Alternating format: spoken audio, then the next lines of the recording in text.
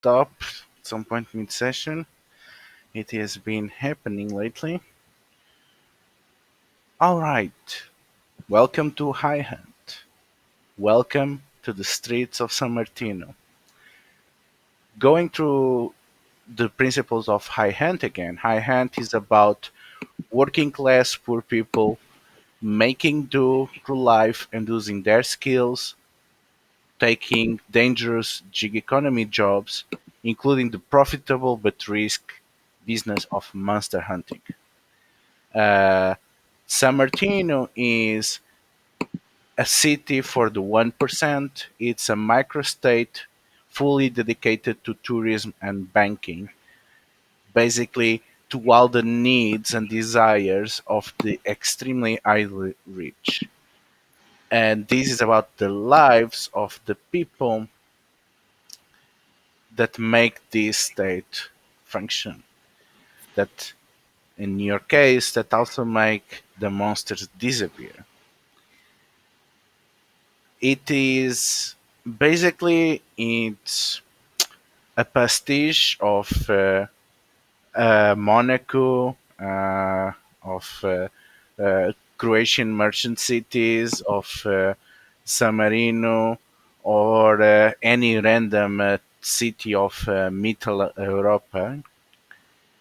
So it's like 3 hours out of anywhere else in Europe, but at the same time, it's own self-contained environment.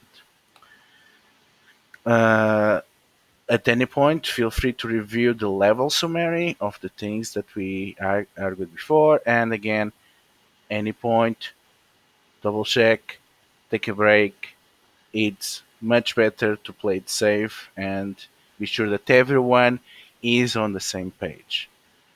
Um, so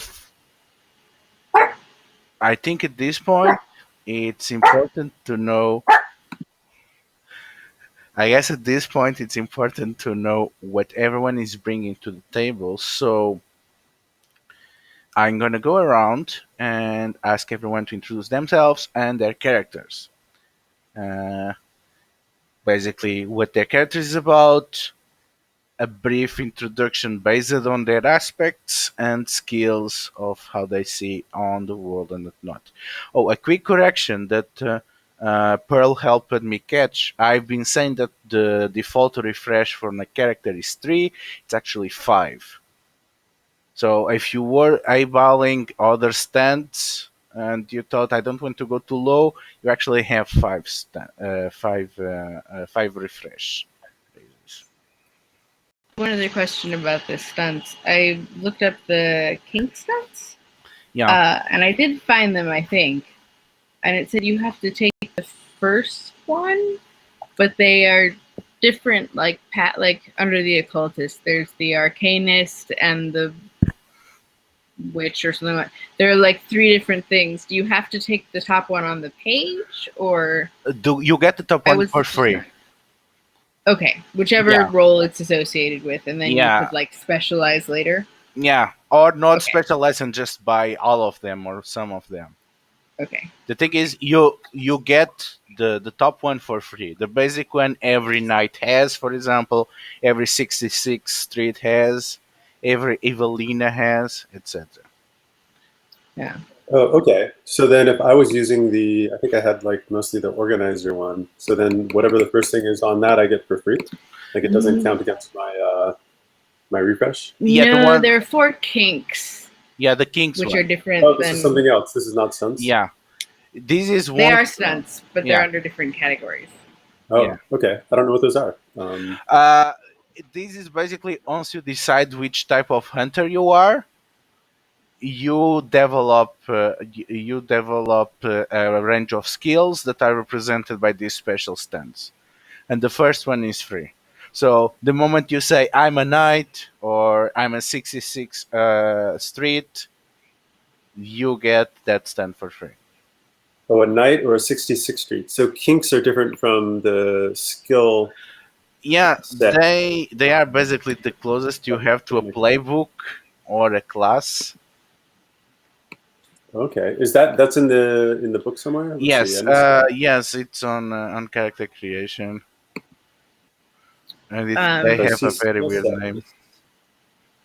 so I know that the Evilinas are page 47, and I think they're all right in that area. Yeah. Uh, 47 through like 50 something, I want to say. It's the Evilinas, the Knights, Oh, which is the pink. Fuis, and the 66s. Okay. So should I have one of those in mind? Should I be glancing at those then? You should think, but you know, and then actually see how your character plays and decide on that. But I have to say, by the way you are building, I think you're probably gonna be a Street 66 or a Knight. I was Okay. thinking Knight, yeah, based on what's in the Keeper, which, could go anyway. I picked one, but I figure we can change it if it doesn't seem like it's working. Oh, I think we can actually start by you then. Because I thought the original plan was that Bob never hunted, but maybe that changed. So, Pearl, why don't you start and introduce us to Bob? He hasn't hunted before, but he has dabbled in the occult for other reasons, to be clear. Bob is just a good hearted guy who wants to be a comedian, but people don't seem to get his humor as much as he would like. He's a friend to all and a jack of all trades, and manages to get himself out of sticky situations somehow, I think, just because he sort of bumbles through and is congenial. Um, because he hasn't had health insurance in a long time, he is without his ADD medication, which is something I'm very familiar with.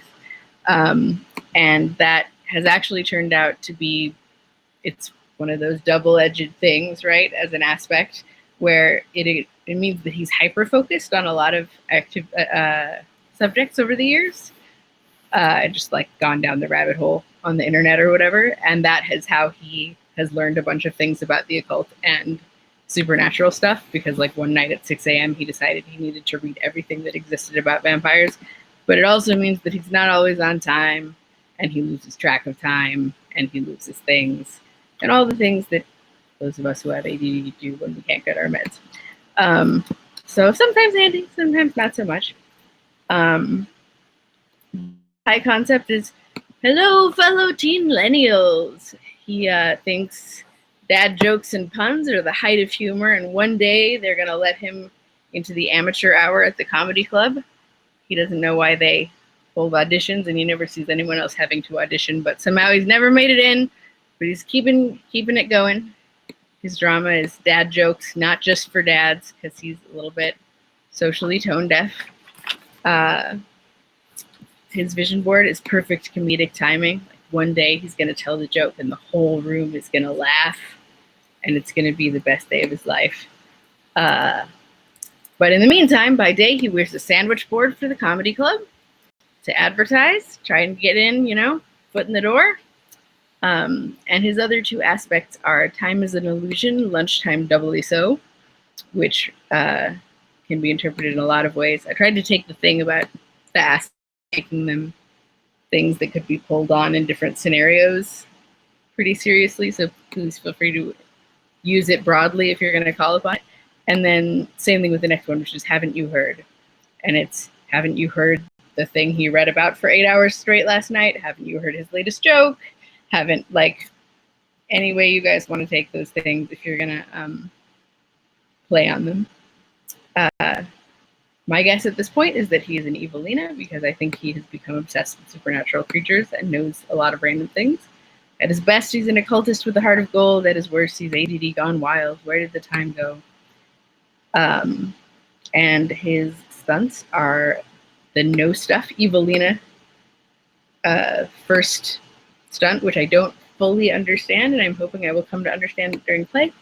The trivia buff one, elementary, and the flow. So trivia buff is a little bit about a lot of things. If you can justify it with a weirdly relevant factoid, you can use academic in place of any other skill set. Elementary is you are adept at announcing what appear to be outlandish details about a mystery and then making them true. Whenever you spend a fate point to declare a story detail, you can also create an aspect with a free invoke that can only be used for investigator actions. And the flow, which is another one of those things, an interest he picked up for like 6 months, 1 year, is he's a master of parkour. Once you get started, nothing stops you. After the first parkour or movement-based athlete action in the scene, all others get +2. And he's just really just so happy to meet you all. Gosh. Been hearing about this iHunt app for a while, and the sandwich board industry isn't that lucrative. He'd really like to be able to afford to go to the doctor sometime.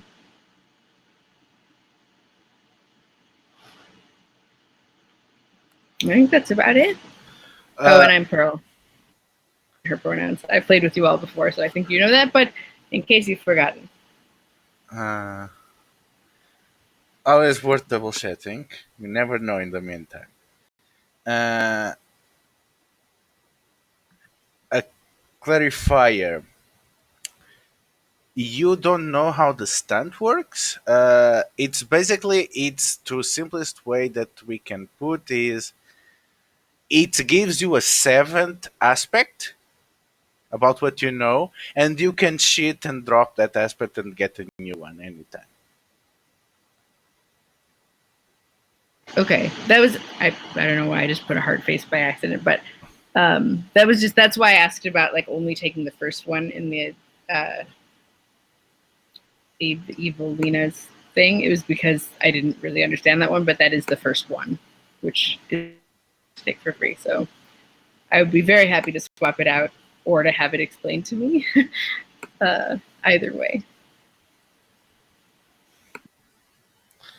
Okay, I think next we can go with Ryan. Ryan, introduce us to Diego. Yeah, so Diego uses he or they pronouns. High concept, the kindergarten teacher friend, because Diego's day job is, put it here as Karate Kids, running one of those like after school, nominally a martial arts program for kids, but it's largely a daycare where there's more kicking than usual. Also, some autobiographical ADHD stuff. He has found a job that works fairly well for him because you're constantly herding cats, which means if you're going in a ton of directions at once, so are the kids. It's fine. You're all on top of it. No one really knows what's going on at any moment. And if no one bites each other, it'll be a great day. Strama is baby jail because he interacts with a lot of small children who, aren't really great at conversation, and their parents, who are generally those terrible parents who are going, but I don't know why he's like that in your class. He's never like it at home. And I'm like, well, he's fine. Okay, fine. And it's tough. His social life is a little lacking. Vision board, he just wants a dog. The millennial dream. Like I said last time, I think Diego is from Spain, probably here because it seemed like a cool, fun thing to do. Sharing a house with like 5 friends, at least one of which is legally subletting. Everyone has a surface to sleep on, but there's not necessarily enough rooms. It's exciting. Perpetual motion machine, reflecting that he's great when everything's moving. When it stops, everything kind of falls apart. So as long as you're constantly in motion, everything's rad. And never truly broken, sort of perpetual optimist. It's okay, buddy. We could still make it work. If you tell kids that enough, you internalize it a little, somewhat, if you're Diego. Stat-wise, he's got a lot of physical stuff going. Also some social worker, do you want to tell me what the problem is, bud? Because you're really acting up a lot today, and maybe you should stop. And medic, because small children just spontaneously manifest cuts and bruises and stuff, and you gotta know if it's actually a deal or if they just need a band-aid and to be told that now they're fixed.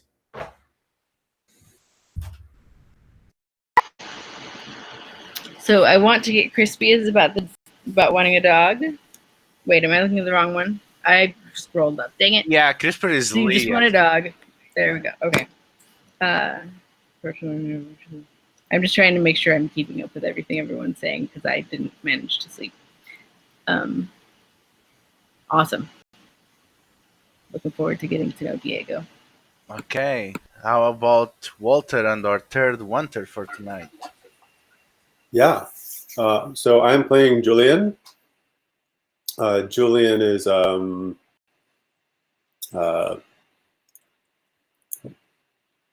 Julian is he's kind of the life of the party. He loves hanging out with people.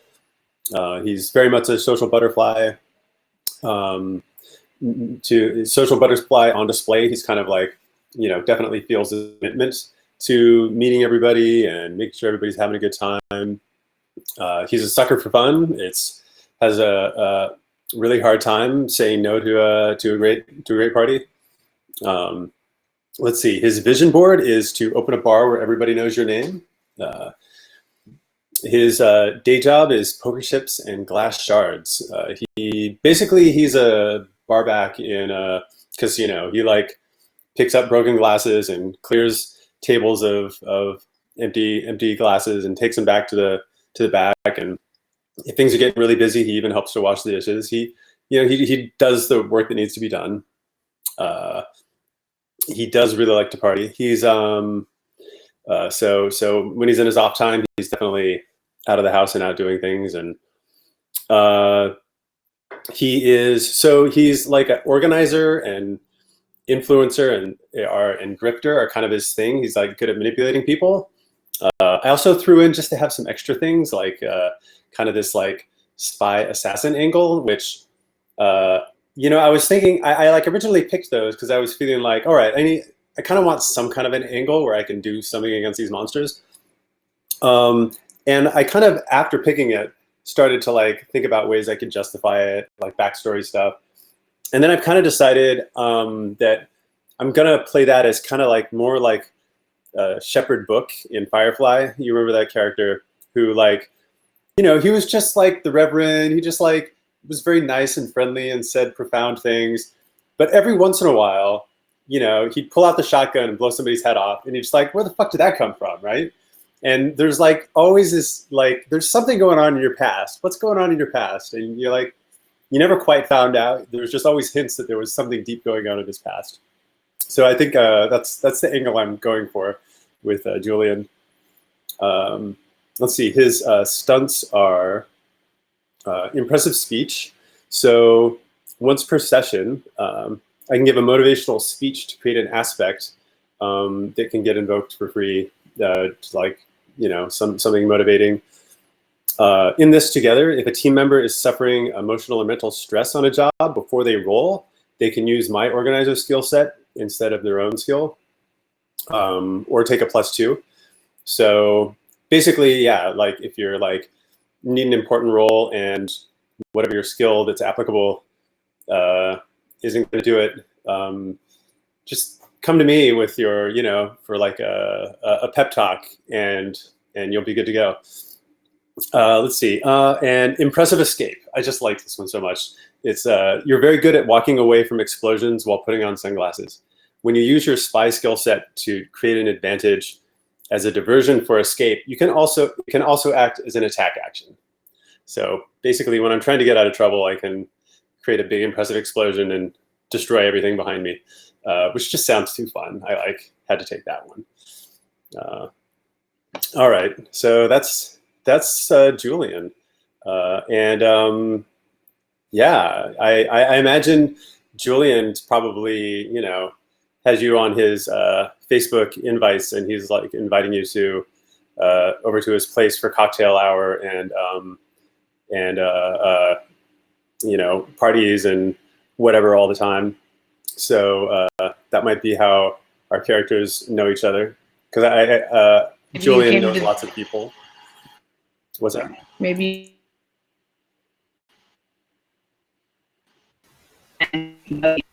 Pearl, you are roboting. Okay, it's not just me. Hello? Pearl, can you repeat? You roboted while you were talking. Yeah, everybody froze for me too. I was saying that maybe if you came to the comedy club one night and we're like, hey, you could come to a party sometime. And now I will come to everyone that I'm invited to because I'm very excited to be invited and involved. Awesome. You can try out my material on everyone at the party. Excellent. Yeah, I love it. And then how do we meet Diego?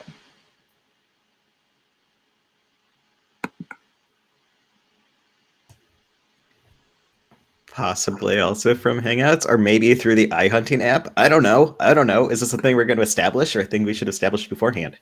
Well, I'm always throwing parties. It was probably like maybe like a parent of one of your students who really is into you was like, hey, I'm like invited to this. I'm like going to this like barbecue thing. A bunch of cool people are going to be there. I think you'd like the people. You should like come on over and say hi. Probably like some of the housemates are going, and I was like, okay, time for bed. They went, actually party, and I went, okay, alternatively party, and then ended up especially tired the next day. But that's fine. No sleep is a lifestyle. And have both of you hunted before? This is going to be my first job whenever we go out, but it doesn't have to be yours. I put that it's my first job, but again, going for the shepherd book angle, I think like I'm going to say it's my first job, but like if I seem a little more comfortable with what I'm doing than I should be, that's just part of the mystery of Julian. So Diego is the only one that has actually hunted before. Yes, I have hunted previously. Not a ton, but I am not brand new to the app. What is the biggest thing that you hunted?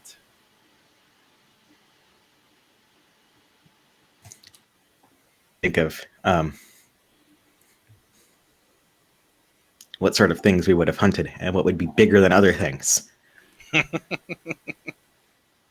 Well, think about that. Diego probably does not have much occult knowledge, and he probably hunted alone. Yeah.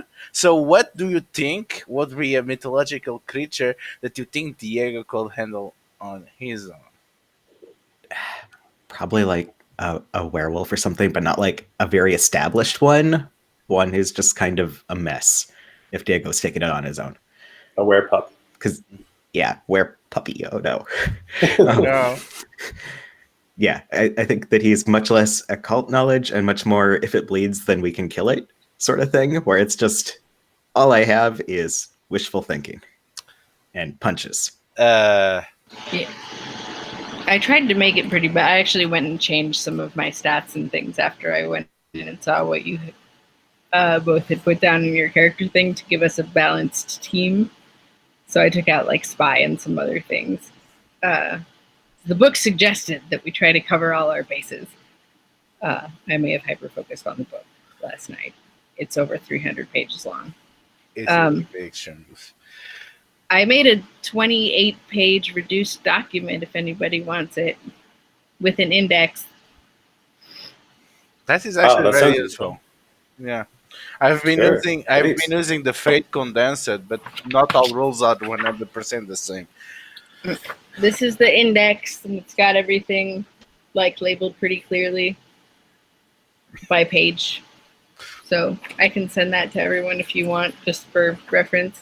That's nice. That's really something that you could upload to the drive. A follow-up question. What was the rating that you got from the client after you dealt with the werewolf? How many stars?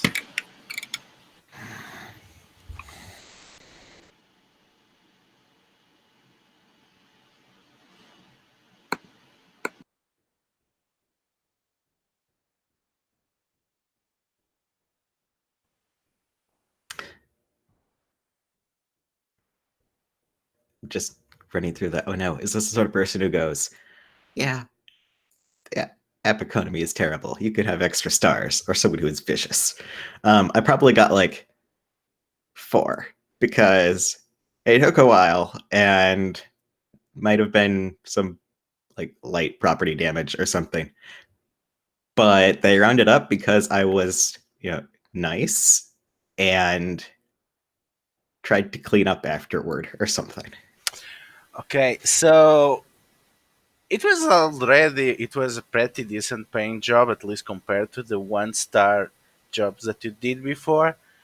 uh, and it was even with the 25% cut that the client took upon the initial price to compensate for the damage, it was still some nice money.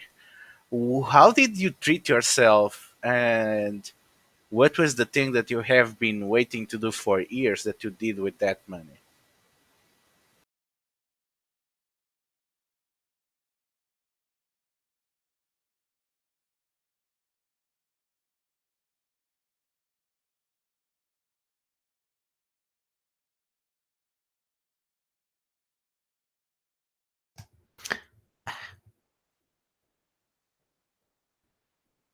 Gonna go slightly cliche, but also too real.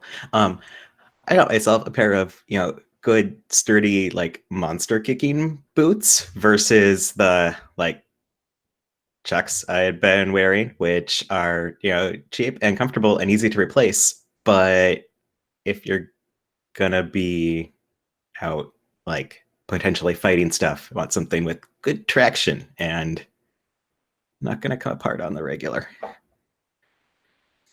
Maybe steel toes. Just a second.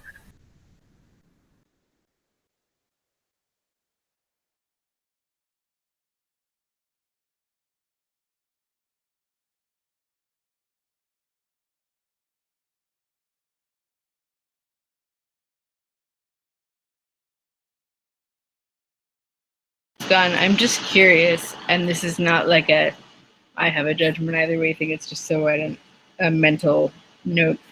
How much of the rules and book did you guys look at? I've been in my standard way, sort of skimming through and reading chunks haphazardly from front to back. I tend to approach everything as a whole and skip around instead of starting from the front. Understood. There's stuff sort of scattered all throughout anyway, so it probably works out whichever way you start from. I don't know which things people are waiting to do because they want to do it in play, and which things they might not know they can do because it's on like page 209, and if you didn't look at the book, you would have no way of knowing. So I'm just trying to gauge everyone's, which is not to say I'm going to remember everything either, but yeah, I could probably use all kinds of stuff specific to the game because I've read like Fate rules in general before, but I haven't read anything specific to this setting, the iHunt setting. So there's probably a lot of specific stuff. I know like the concepts like aspects and compels and stuff, and that's about it. I think the book said there were only a couple of like real departures from the original Fate Core. But I don't remember what they were because I don't know original Fate Core. So I was just like, this is different in some way. That does not make sense. Like, Luda, do you remember what they are? Yeah, it's the stress that changed. It changes already again. Now it's closer to the condensed version. It is the Imperial mechanic, which is a new addition, and the Edge dice. Those are really the true novel stuff. And there is the stuff on monster side, but even that is not entirely new. It's a lot like Dresden Files. So yeah. Okay, so we see Bob waking up after one long night of stand up, still too early to picking up on their sandwich job.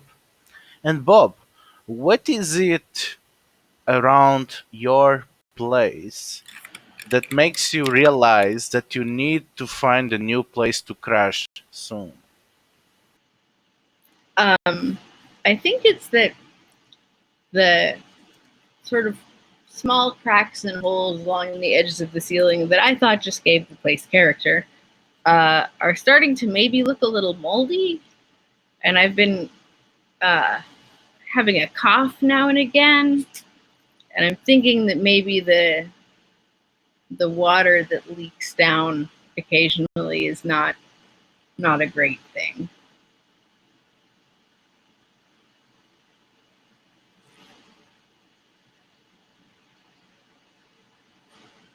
Where have you tried to find a new place? Well, I try to stay near the comedy club because I'm not great with punctuality, and I try to go down there anyway, and transportation's pretty expensive. So, luckily, it's not in like the center of town or anything, but it's close enough that I'm probably gonna be looking to rent a room. I don't think I can get a place, but I'm sure I can find someone real nice. Maybe someone who even goes to the comedy club. So maybe it's a blessing in disguise. Hmm. What do you think is your biggest obstacle to get a place this close and nicer? Well, I mean, money is always a factor, and haven't really had a chance to build up good credit. It's not terrible or anything, but I don't I don't think anyone's going to be, waiving any deposit fees based on that number. So hopefully I can find like a nice old lady who just wants to rent out a spare room without having to go through all the banky stuff, and then maybe like I could, try out my comedy on her, but otherwise I don't know about rental applications so much.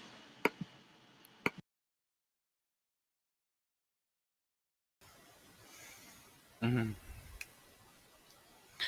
So, Diego, it's actually a free day for you, or well, let's say a freeish day, and you get to indulge in the closest thing to actually owning a dog on this place, which is spending time on the local dog shelter. What is it that you do for them? Um, Largely walking dogs. I mean, any shelter's going to have some that are larger, and they want to pair with someone who's sturdy enough to keep them from running into traffic if they decide they want to do that. And that, of course, comes with a side of picking up after them when they have, horrible diarrhea on the side of the road and that kind of stuff. So it's not all glamour, but there's a dog. So So, what is the canine friend that you have been keeping an eye on, and you really are pretty eager and hopeful to get them, but at the same time, you will not be sad, or at least you tell yourself you'll not be sad if they get adopted by someone else, because at least they got to live. Who has stolen your heart?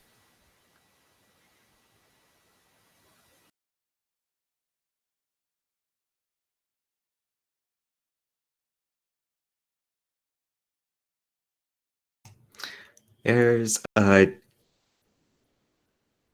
big, like, must be part shepherd of a few different sorts, kind of shaggy looking, but with a sharper muzzle. Like it's got some German shepherd in there as well as like one of the livestock guardian breeds, and it's just kind of big and fluffy, but oddly laid back. It's got a bit of silver on the muzzle. They're not totally sure how old it is, but it's probably heading into senior dog territory.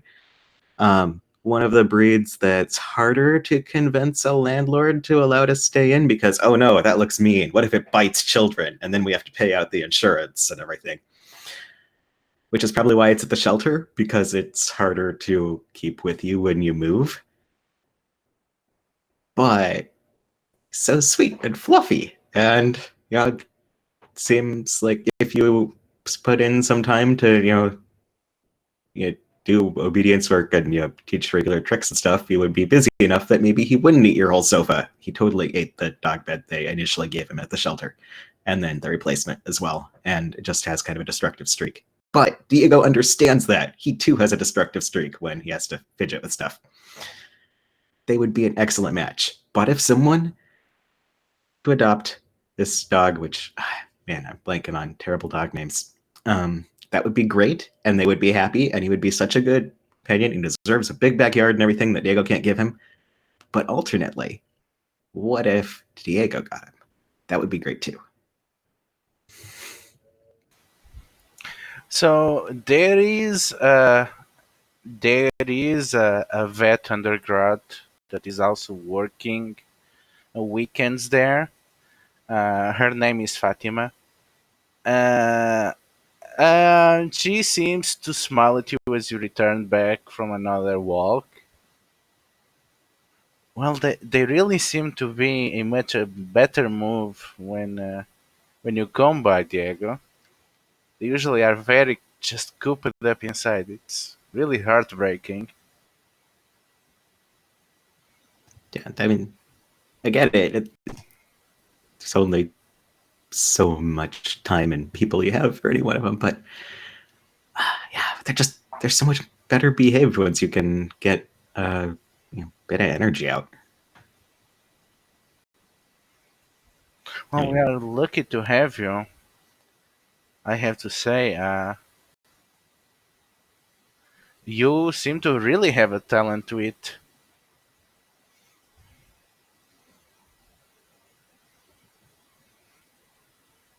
Have you considered, I don't know, maybe starting working here on a more permanent position? I heard talk that someone someone had to leave because of family affairs, so they are really understaffed. I know that they really don't play anything remotely close to what you need on this city, but I thought, well, if there is someone that I know that could work here and work well and I could trust, it's probably Diego. oh man, I don't know if I can swing it my other job too, but that would be great. This would be a lot of fun to just come here more often instead of the days off. Um, I'll have to look at Yeah, it more. and already your skills are already professional tire, and I know how much some of these people pay on these dog walking and dog hosting apps. I'm aware that the older people here they might not, but I'm aware that this time you are spending here, you could be making some serious cash. So I see that, and I'm not forgetting. I think we're already doing a lot of labor that has a lot of value, at least for for our furry friends. And I think Diego kind of blanks for a second. Like it never really occurred to him that if he were to get a dog walking app, he could be making so much money on this because he was just like, I don't have to pay them for access to the dog. I'm winning. But thanks. And it's just a lot of fun to come by and to hang out for a while. And I appreciate it. It's a great place to work too. Not really work, volunteer. You know what I mean. Yeah, it will be quite fun to have you around.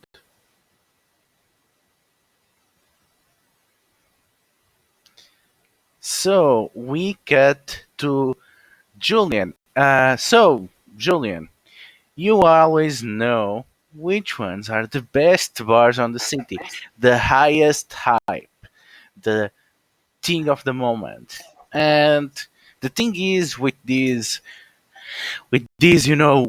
fire starter bars that they seem to come one day and leave another is that yeah, they are pretty ephemeral. They are, they are supplied by Saudi oil petrodollars, and it's basically just money laundering, and it's all together to an immediate fancy, and nobody has any decent business plan. But oh God, are not they popular? Are not they all the rage? And you are at the what one of the latest, and why are you making the best of this party? Um, Okay, I didn't hear all of that. So you said I'm invited to a party that like some wealthy people are throwing. At one of these new bars, and that these bars, they are pretty ephemeral. They just burn out.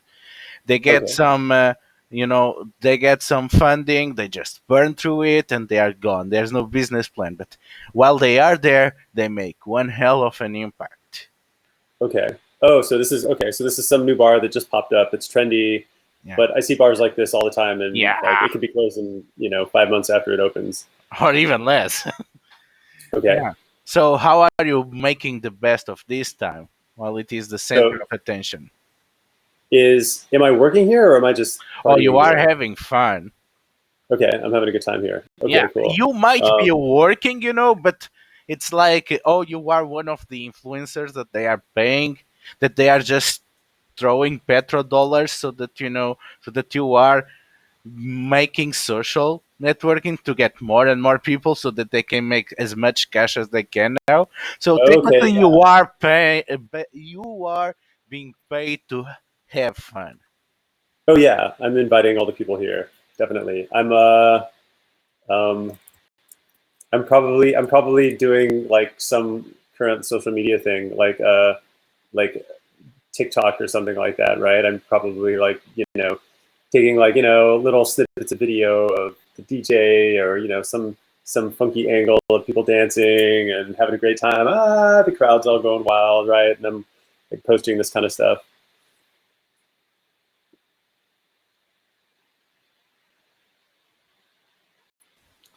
So you have a dream, and that dream make you want to learn as much as possible through managing a bar. And the thing is about knowing and being deeply invested in a topic is that you develop opinions. What are your opinions about how the way that this bar is managed and that you swear you will never do? Oh, well.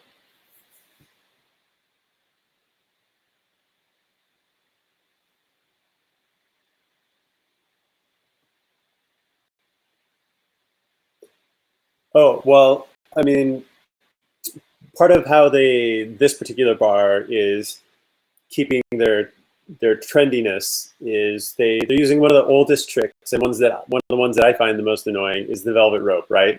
Like there's a line of 150 people outside. It goes all the way around the block, and you get inside and people there, right? And it's like fucking dead for half the night until they finally start to let some more people in. So what will you be your alternative to the velvet rope? Uh, I, everybody's inside. If people want to come in and have a good time, everybody's welcome in my bar.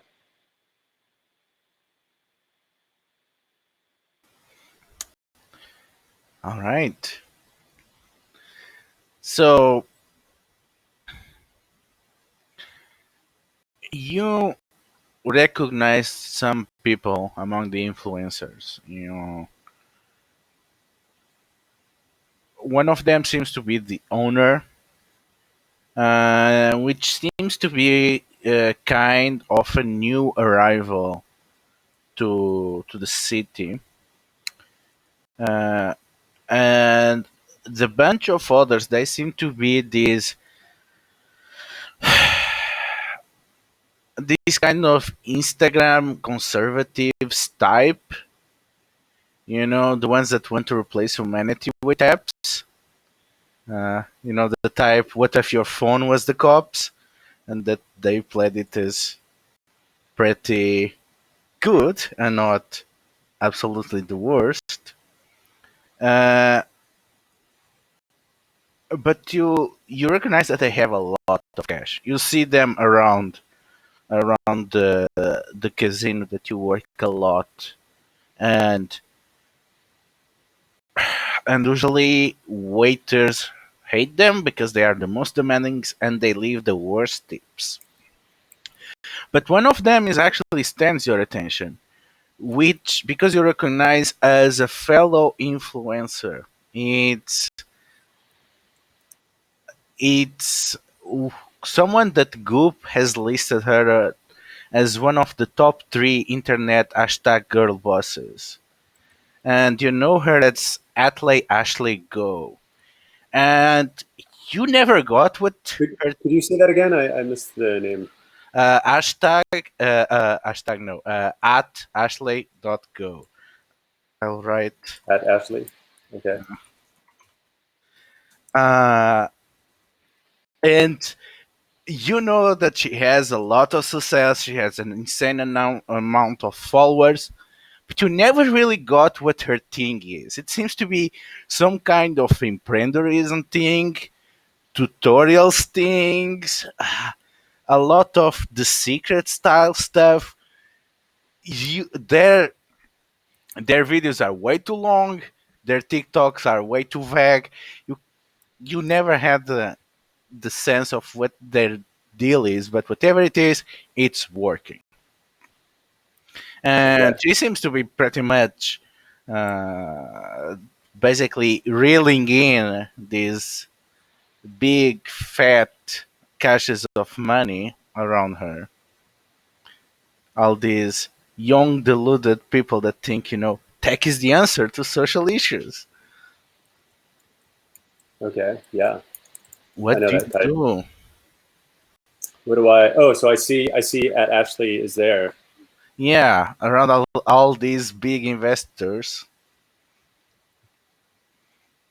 Okay. So I have to apologize. I'm kind of like, I hear most of what you say, and then every once in a while, I like miss something that you say. I didn't hear the last thing that you said. Okay. So basically, you see her surrounded by all these investors and Okay. friends of the capital and of the local power of San Martino. Basically, all these young conservatives, and you see Hmm. her working her magic. Whatever she sells, she's selling to them, which is Okay. probably Interesting. her audience. That's Now, do I? Okay. And so I'm probably dressed well, like I'm there to have a good time, and yeah, I think I is there anyone in that crowd that I already know? Is there like one of the investors that maybe I've already met, or are they all strangers to me? what would be the best case scenario for you. What would be the best case scenario for me? I mean, well, if there's somebody that I recognize, then I can like go up and strike up a conversation and join the group. Okay, That, but I let's think another. start then by making create an advantage. Okay. Uh, Ooh, are we gonna? Oh, create an advantage. We're using that for the first time. All right, cool. yeah. Okay. So I spend a fate point to do that. Is that how that works? No, it's a skill roll. Oh, Uh, okay. so everyone add a number of tokens equal to their refreshes, so that we have them.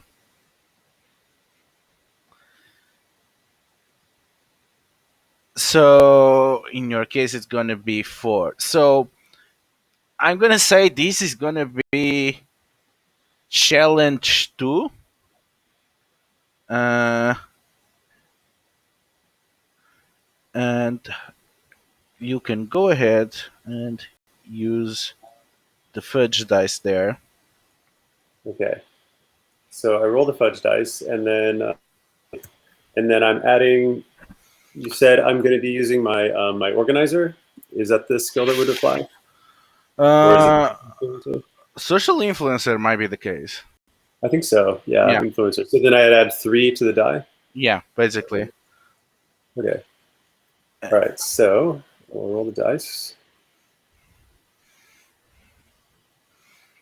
Wait for them to change because they always change after a second on this. All right. Looks like they So stabilized at a -1. So then with my 3 skill, I think I end up with a 2, right? okay, so as 2, you don't get a new aspect. You get only a boost. Okay. Do you want to pump it up So I could pump it up. How by does that work? using? Oh, You can spend the tags.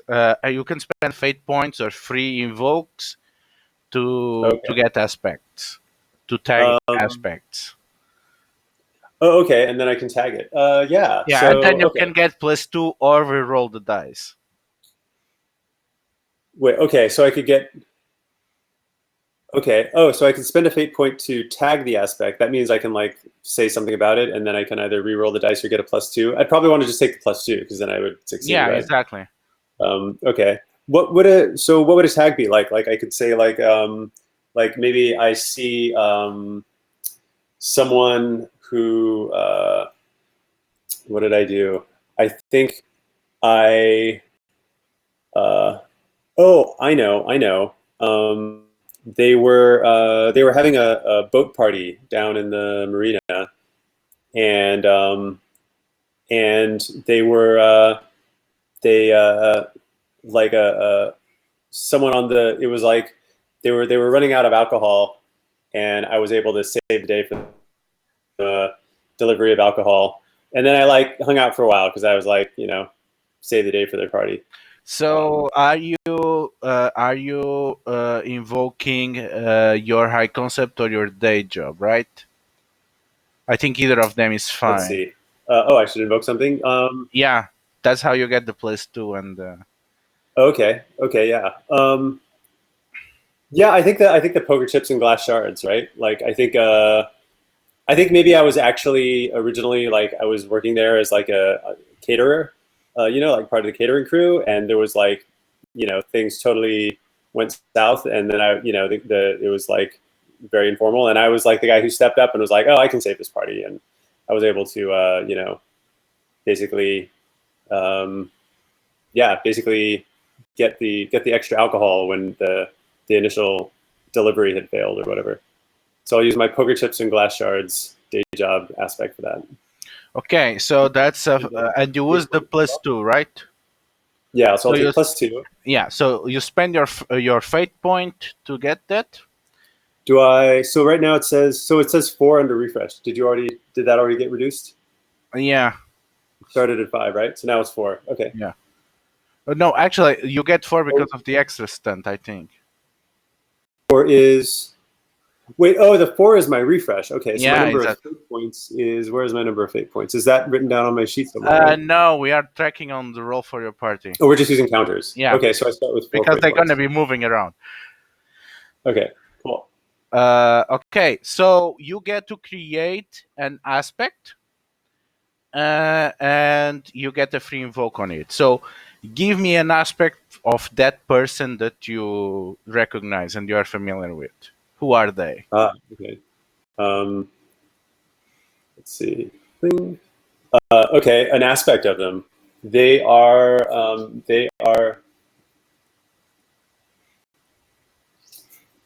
They're relatively young, and they just like sailed around the world. They just like completed a solo journey around the world. So, what would be a good way to like kind of sum that up? I'm thinking like a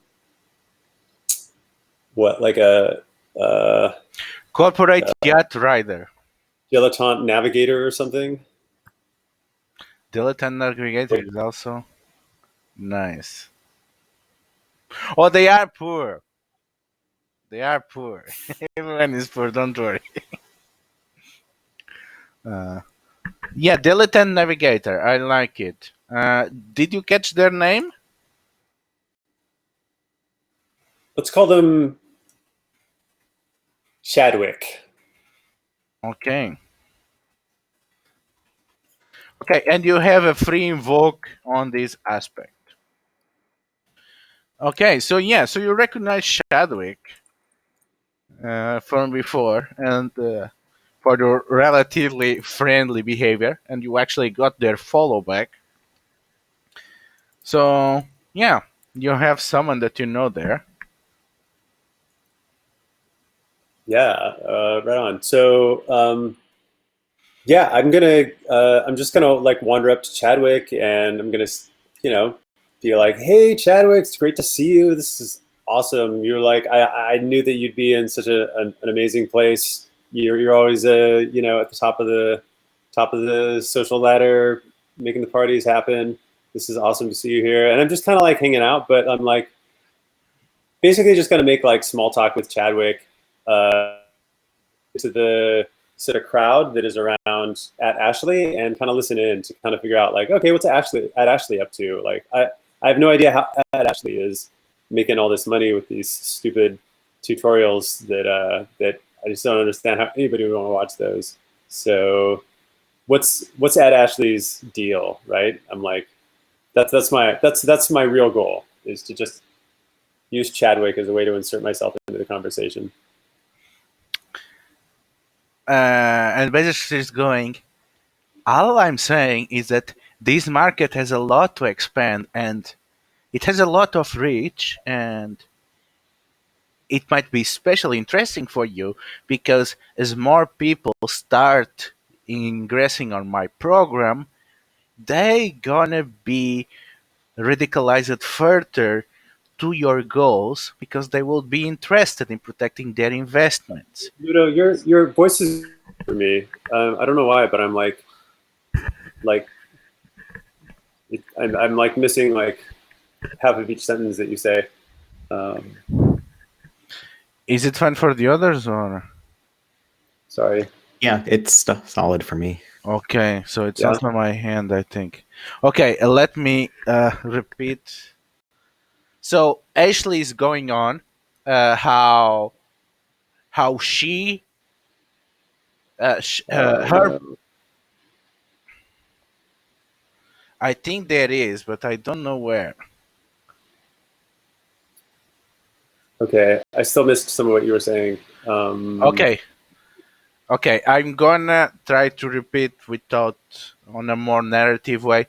So she's saying that her program is gonna convert the her audience more to their political ideals because they want to protect their reinvestment because they're gonna see themselves as hashtag bosses, and it's good that they get into this program early.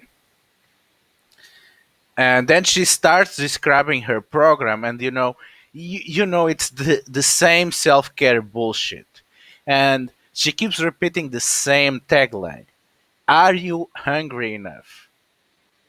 And then saying no, they are not, they are idle, they just go with the flow, and I pump them up, I put them distributing our products and getting people to follow their hunger. And I believe that whoever ingresses on my programs will be voting your block next elections. And we all know that you are losing your older electors and you need to captivate a new audience.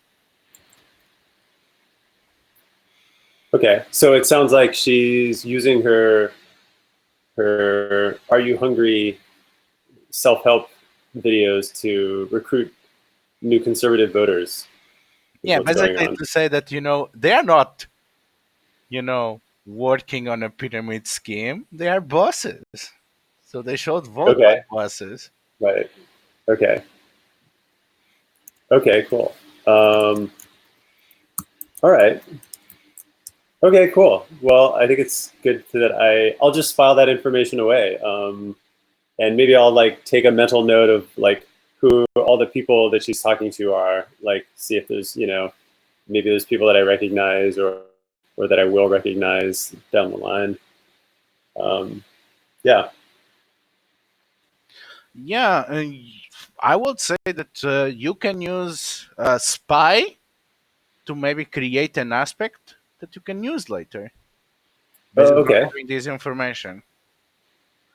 So So difficult two again to overcome okay. this. Yeah.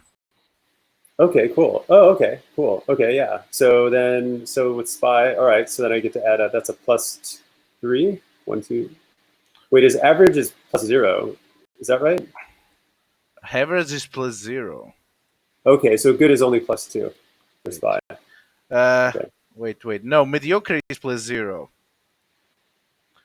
So average is plus 1, fair is 2, good is 3, great is 4. Okay. Okay. Mediocre Cool. is 0. Okay. Mediocre is below average. Okay. Yeah. All right. Okay. So then I will roll the dice. All right. Ding, ding, ding, ding.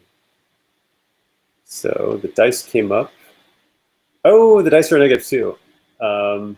So let's see. So in that case, that's not going to be. I need a 2. You said to succeed. Yeah. So you So have that's. what, a 0? Let's see. Well, with spy, if I'm using spy, I get +3 total, right? So I still get a +1, but that's still below. That's a Yeah. level below what I need. So maybe I could spend another token, which, oh yeah, I already gave you one.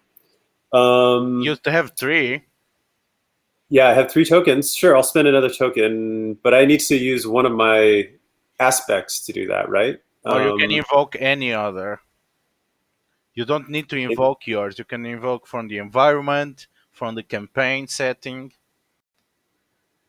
which I should. oh, I know what I'll do. Yeah. How about also, so I already have this aspect that I created that I know Julian, right? So I could spend, or not, that I You know Chadwick. you can actually Uh, use your free invoke instead of spending. oh, I haven't used the. Oh, okay. I thought I used the free evoke to Not like yet. make my way into the conversation. No, Okay, no. so yeah, I could use my free evoke for Chadwick, and basically get Chadwick to be like, "Hey, like, introduce me to your friends."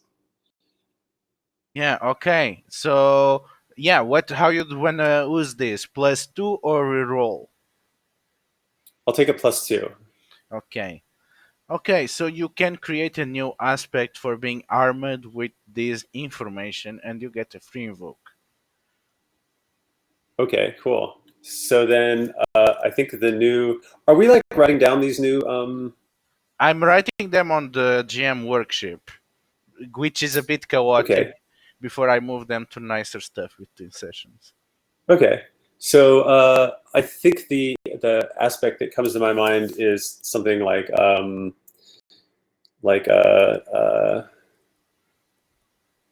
Ashley's new friends are my new friends, something like that. How does that sound? Oh yeah, that sounds great actually. I think that, well, we are all learning, so just to keep in mind, the failure that will not necessarily mean that the aspect is not created. You can choose not to create an aspect or to create an aspect, but the opposition as a free invoke on them. So you could have created this aspect, but given a free invoke Oh, to Ashley. oh, interesting. Okay, Yeah, okay, that cool. just I don't think it is what you wanted, but just to say how this same scene could have gone on a different way. Okay, cool. Yeah, I didn't realize that rule. Okay, cool. That's good. Yeah. Okay. And then we cut to another scene, and we are at the comedy club in one of the less traditional nights, and it is a trivia night. And the three of you happen, by intention or by circumstances, to be one trivia team. And the theme of the trivia night is movie monsters. So, how is each of you, and what and why were you having fun going to this trivia night? Just having a great time because I love the comedy club and I try to go to trivia night anyway, right? But monster night is like I know all about monsters, so I think we got this one in the bag. That bar tab is ours.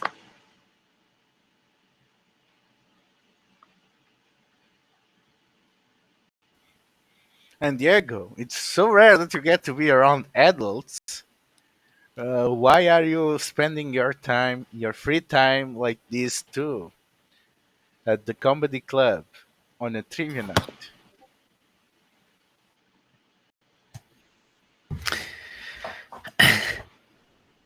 Well, uh, guaranteed adults, which is benefit, and the comedy club probably doesn't allow small children. So for a moment, it's only adults. And like Probably one of my friends goes somewhat regularly, but couldn't make it this week and was like, "Hey, Diego, why don't you for me and maybe you'll win free drinks." And the allure of free drinks is always there.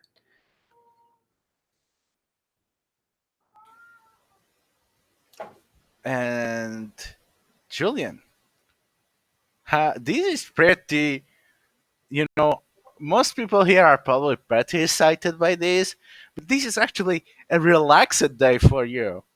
So, what is the chill vibes, Julian? How is it? How is Julian when he's not, performing for the camera or for the gram or hustling behind bar? Yeah, this is like downtime for Julian, he's not really trying to hustle anybody. He's kind of like maybe he's even like he's just kind of like hanging back at one of the tables, and there's like other people sitting at the table with him, probably people that he knows, but he's like not even engaged in conversation. He's like alone time for Julian is just sitting around other people and not like actively being part of the conversation, but just kind of being there, but still surrounded by people.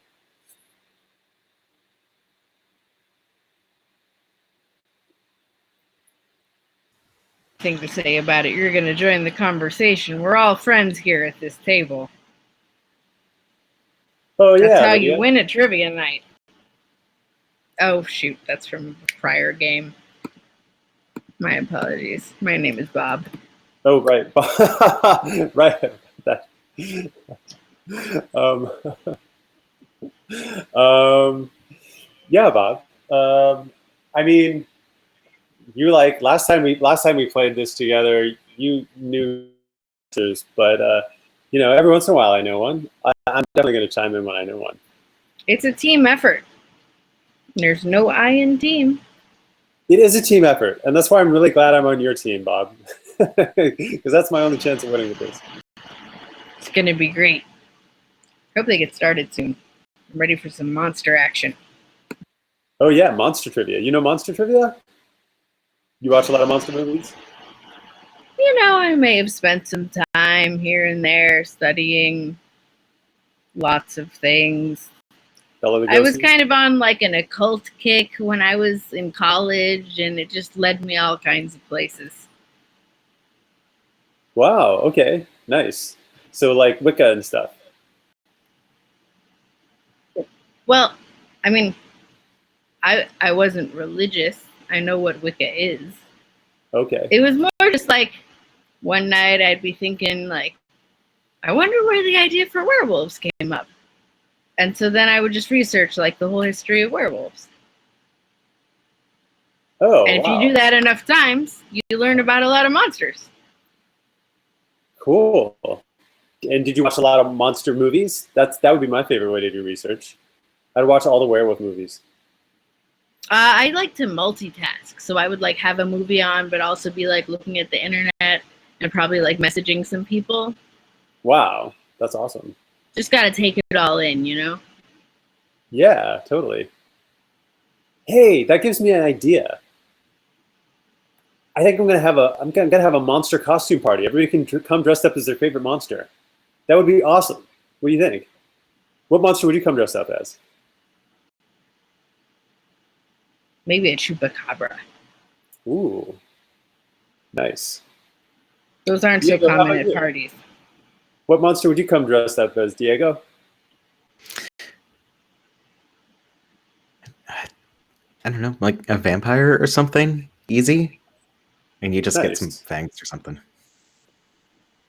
That's awesome. Yeah, I think a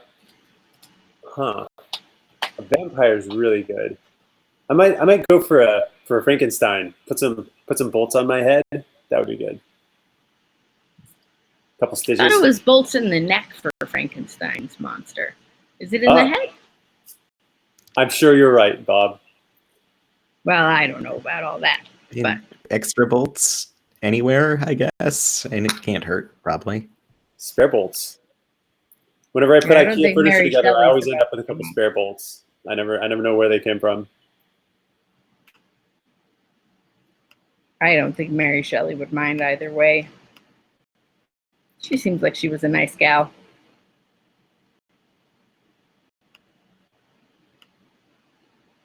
Shall I get us some drinks till the trivia starts, or? Oh yeah, that'd be great. I'd like Manhattan. Okay. Sure. Okay. Diego? Diego, like, not so surreptitiously turns to look at the bar, and if they have something listed on specials, he's gonna order whatever is the cheapest.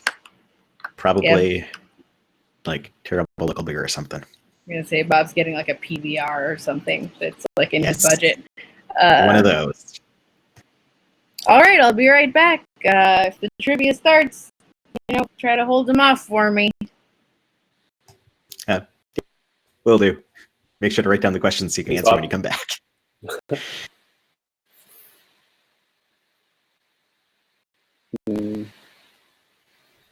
So, as the rest of the night goes, most of it seems to be dominated by Bob. You have a good lead in, and Diego surprises everyone by jumping the gun on something about werewolves. What is the answer about something about werewolves that Bob is pretty confident that is some deep lore that Diego spews? So, Diego, what is it that you unleash that will shock even Bob?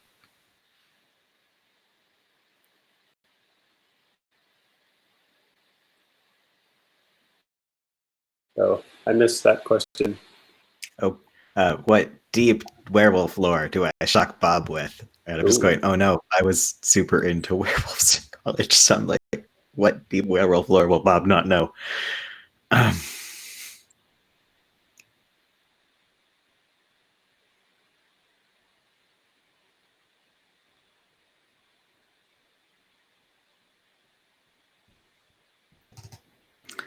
I can never remember the name of the town, but like there's a.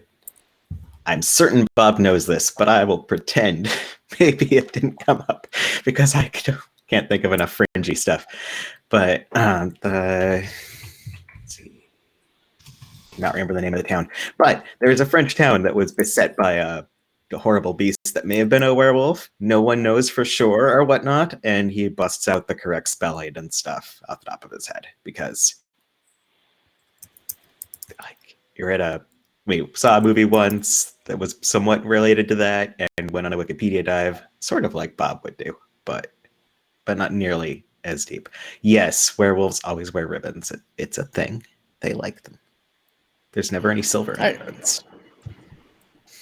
That's great that you remembered how to spell that town's name. Spelling is not my forte, so really glad you were here. My internet's. Walter, Oh no, my you're internet is frozen. destroyed. Yeah, you're Oh, no. freezing.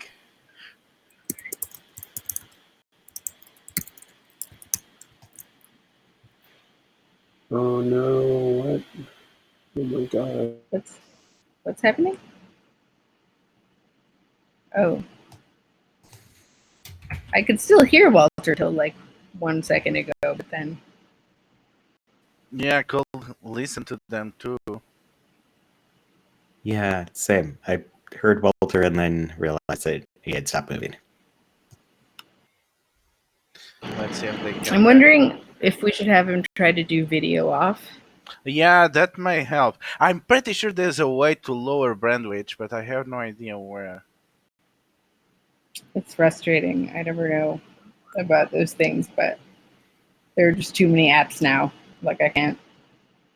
There are too many like chatting, video, whatever. I can't remember the settings on all of them, but usually on pretty much all of them, if you cut out the video, like it seems to use less of your internet. I don't know.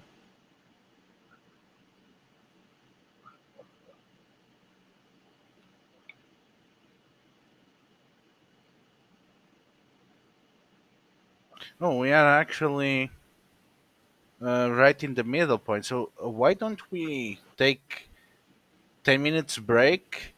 Maybe because probably the router is restarting. So yeah, let's do Okay. it.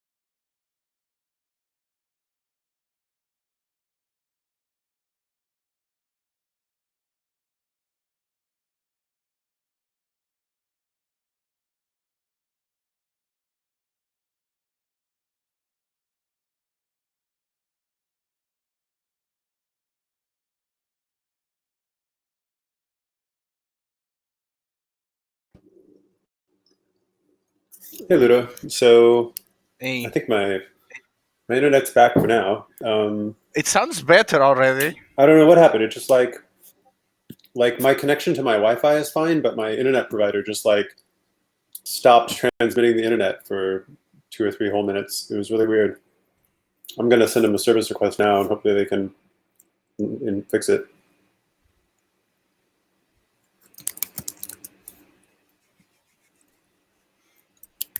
Okay, so what was the last thing that you heard? Hmm. I think the last thing I heard was that I know we were talking about Ryan's character Diego had just come up with some werewolf trivia. I think that was the last thing I remember hearing.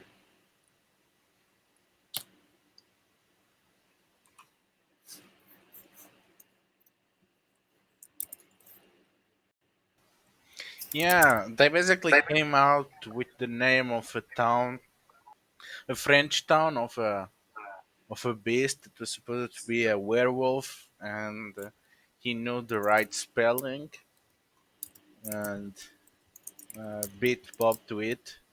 That was basically it, and Bob was impressed because as someone that learns to So read. many smart people on the team. uh, Also, it's that curse of someone that reads a lot, that you have a lot of words that you have no idea how they are spelled.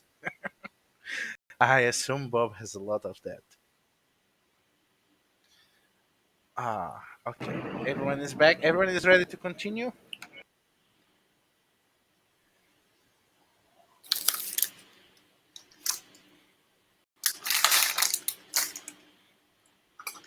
Okay. So, I'm gonna compel Diego's aspect of perpetual motion machine to say, Diego, you are probably always looking for distraction, so you tend to have your phone within reach and you tend to have pop-ups activated, right? I'm offering Oh, you a yeah. paid Gotta be point. alerted the instant things happen. Yeah, something to distract me and connect me to the rest of the world. Okay, so get a fate point from this compel. Uh, so the the night goes on and you win the trivia easy. You crush everyone. So you are just accumulating quite a nice tab and you're enjoying and shutting it up. And Diego phone suddenly vibrates and a notification can be seen from the iHunt app. And you can see that someone has forwarded you a job. So you have no idea who this person is or why they forwarded it especially for you. It might have been the client under a new account of the last time because they liked your work. The thing is, that is a job that has been sent to you, and it is on a timer, on a countdown timer. You know that you have 10 minutes to accept a job before it's recommended to another hunter. And you look and you see this pop up, and you see the countdown going low, and you see that it's a 2 stars job, and you know that to actually get the nice paying jobs, you need to get at least a 5 star uh, 2 reviews, and also to have quite an average of 4 stars and at least 10 hunts. So just looking for that this might be the one that gets you to the next tier of hunter, and then you actually start to make the real bucks. So you see this pop up on your phone. What do you do? I'm gonna hit accept and figure out the details later because I can't let someone else take it while I dither. Uh, okay. Uh, so Julian, you know your apps. So you just saw Diego open the iHunt app, which you saw the ads, you saw it on the stores. You thought that it was kind of a joke, but you just saw Diego open this app and accept a job on it. This is an app about monster hunting. Again, you always thought this was a joke. But yeah, there you are. You just saw this person that you have spent the night with accept a hit on someone. Well, it has to be someone, right? Monsters are not real.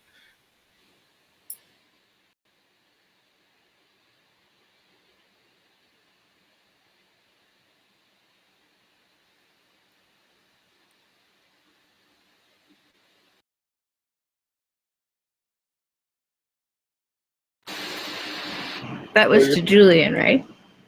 was it? Okay, I didn't hear. You're still going in and out a lot, and I don't know why, Oh, because my internet says it's mostly connected and it's like really fast, but for some reason, my yeah. I'm just like, yeah. I mean, it's weird. It says my internet is generally really fast right now, but I'm. Oh wait. Oh no, Okay. actually, I was looking at something before. Okay. Um, That's the thing. You okay. recognize the High Hunt app, which you saw on ads before, but Okay, yeah, I it's caught a that. So monster yeah, so hunting app. Uh, what I the see it on hell? Diego's phone, right? Yeah, and he just accepted a job there. Okay, I'm like, wow, Diego, is that iHunt?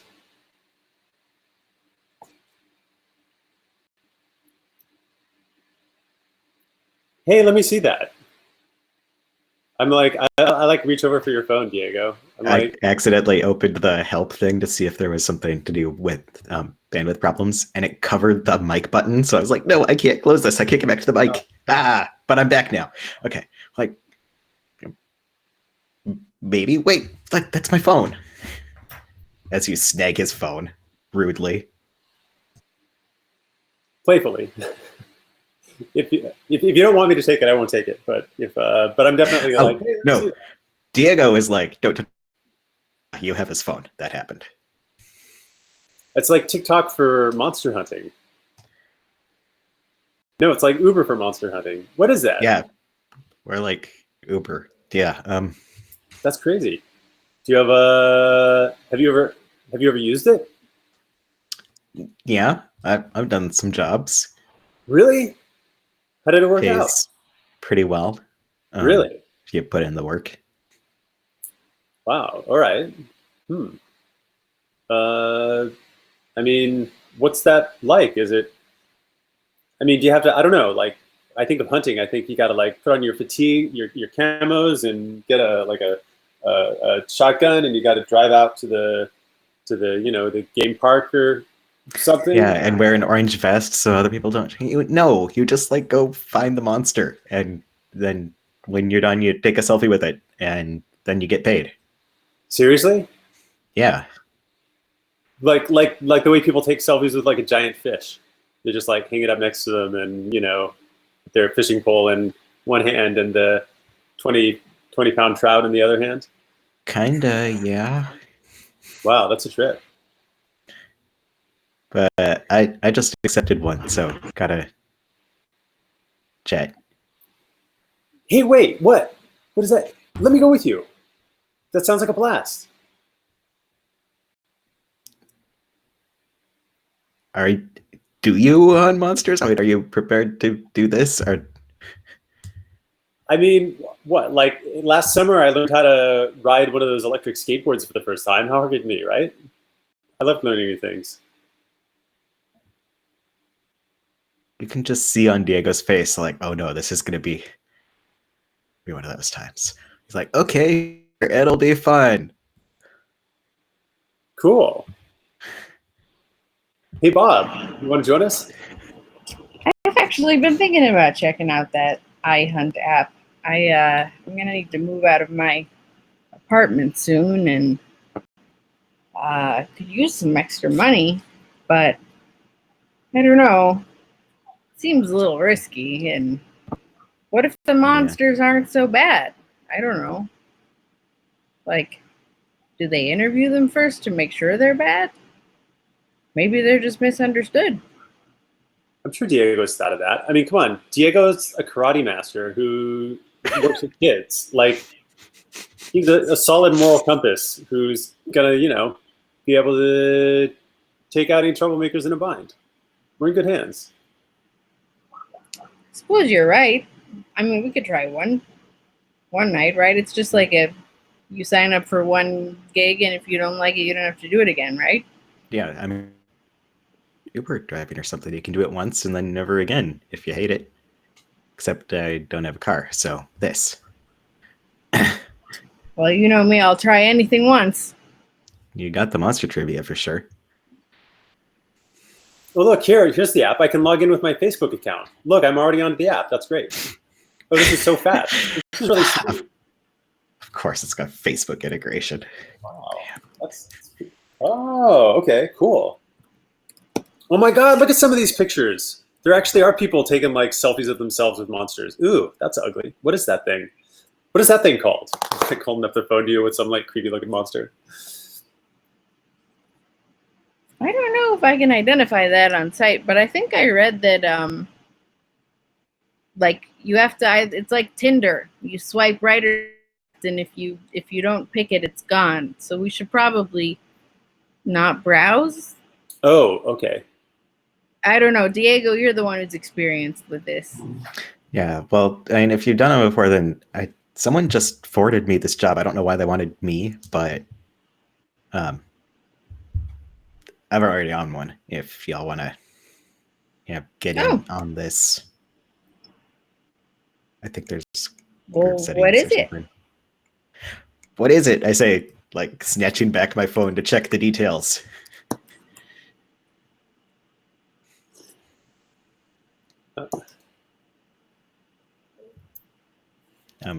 Pluto. So you open the app and you see that this is a 5,000 euros job, and there is a photo of the job, which is a picture of the Imperial Sanatorium, the old the old 9th century wealthy people health tourism thingy that is basically the ex libris of tourism in the city. and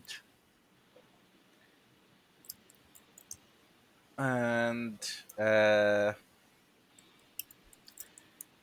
and you see that the client is actually a hunter.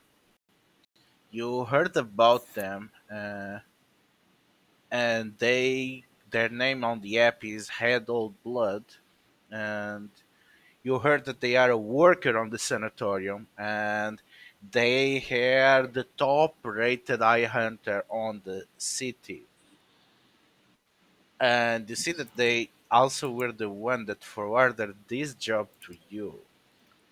And the description is quite on point. Uh, some monster has been dumping bodies on the sanatorium. Uh, Management wants to make this clear. Uh, Bonus point if no guest. Bonus of 1,000 euros if no guests are disturbed. Uh, any damage to the sanatorium will be discounted from the fee. And then the most important part, I rate well. I don't know how I got this hunter's attention, but they're a big deal, and they asked for me, and they're going to give me a good rating if we nail this. But we got to be quick and quiet and not damage the, iconic landmarks in which we'll be hunting. Is this a usual thing for hunters to hire other hunters? It seems like I don't know. Backwards. I mean, I don't think so, but maybe they just do this all the time. I don't know. I haven't been using the app long enough to know if there's like a you have to hire other hunters culture. So it's like social media for monster hunters. They can like tag their friends. For you to create a client account, all you need is a credit card. It's creating a hunter account that you actually have to give a lot of details. Yeah. I mean, it's easy to hire a hunter. I just don't know why an established hunter would be hiring me.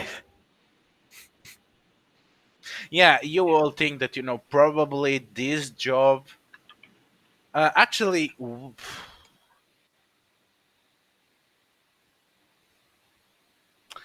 I think Bob.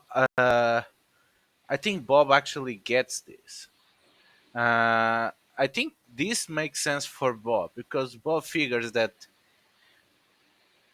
they are not the real client. They are posting this on behalf of a client. And if they are such a high rated hunter, this is probably beyond what they would bother with. So they probably figured out that this is something that a beginning up and coming hunter could deal on behalf of a client, and they also don't want to spend time on it. Also, you know that they work on the sanatorium, so there's something to be said about not hunting where your bread comes from. So maybe there is that.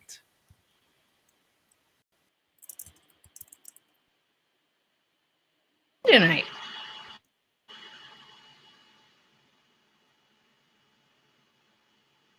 So what this makes sense to He's Bob. a So what Bob says to Diego. uh I mean basically a summary of what you just said. And then like does that seem plausible? You know these apps Yeah. better than I do. I, I guess. Sounds reasonable. Question marks at the end of every sentence. Well, I think if we're gonna do it, we should just do it. Yeah, sure. Otherwise, I'm going to get a super late or no show ding, and I can't get banned from this app. You still have 5 minutes to cancel this job without getting decked with a 1-star cancellation. What was the monster again?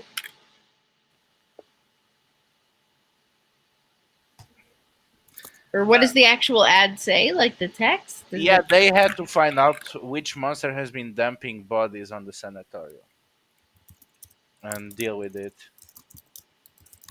All right, so it's got to be one of the bigger monsters. It's not like a gremlin or something. It's someone. It's something that attacks animals and is large enough to take them down and drag them to the cemetery. Sanatorium? Sanatorium, right? Now, are there? This is a. Is this an active sanatorium? No, it is an It's like a active museum. 6 stars hotel. It used to be Okay, a sanatorium. but it was a sanatorium. Am I understanding that Yes, right? Okay. it was Yeah. a Now sanatorium. it's a hotel. Okay. Yeah. And now it's a tourism landmark and stuff, and we Yeah, need to not scare off the people who are paying money. yeah. All right. Well, yeah. I mean, we just need to keep people calm. Look, let's go there, and I'll if people are kind of in the way, I'll move them along and chat with them and keep them busy, and you can do the monster hunting, whatever that is, and then when you're done, I'll tell the people, hey, that was fun, right? And we'll all move along. It'll be great. Crowd control. I can do that. You're not gonna hunt the monster? I'm just saying, if there's pedestrians in the way, that can be my job. I guess. I mean, I feel like we should probably stick together. It sounds like this thing's pretty big. Maybe we should make a hypothesis about what kind of things it could be. I mean, there are a lot of monsters you can rule out at this stage, right? And if we narrow it down, we'll know what equipment to bring and stuff like that. Wow. Sounds like you're really on top of this, Bob. Yeah, let me know what to do. Well, Diego probably knows more about the actual hunting part. So I don't know, but I'm thinking, I mean, your obvious choices like the werewolves, you know, things that are more beasty seem likely. Does that seem right? Yeah, I mean, just dumping bodies. I mean, it's got to be big enough to move the bodies. So And it's my last one was a werewolf, and I don't know, maybe they heard about it or something. I don't know. Yeah, yeah, you're probably right. I mean, there are a lot of things out there. Could be a troll. I figure if we bring something made of wood that's sharp, something with silver, some sort of large, like club like instrument, and just cover all our bases. Okay. Maybe some salt in case it's like a spirit or something we need to ward it off. So, Diego, as Bob is going on, you look at the timer going down, 2 minutes going off for canceling the job, and you look at the 5,000 euros, and you look at the possible 1,000 euros bonus, and you look at the irate well, and you figure that if this is a hunter, they might actually pay you the full price instead of decking you 25% like everyone does. And then you think, what could I do with $6,000 euros? And then you look at the other two, your eager co-hunters, apprentice, and you figure, how much do I have to share with them? And maybe they will screw this over for me. And the timer keeps going. What does Diego do? Uh, and I don't know if you're not all sure. Maybe I should just take this one myself, and y'all can like hop in on the next one, or like get like you can sign up yourself. Like I'll send you my promo code. If you prefer, I mean, I was all in, but I don't want to be intruding. I think you should be careful with something that dangerous, though. Uh, Taking it on by yourself.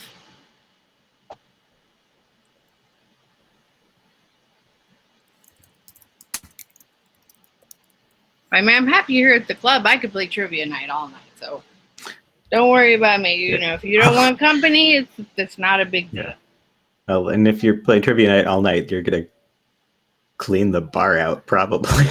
Clearly, you're good at this. Well, I mean, I would leave if we were going to do a thing. I'm just saying, like, don't feel bad if you want to go without me. I understand.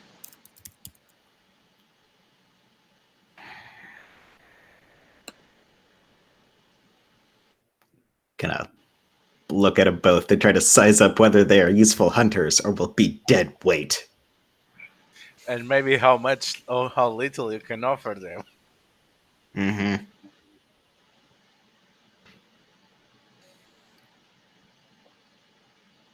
I say, think about it, Diego. Look, if we work together, we can get through this monster much more quickly, right?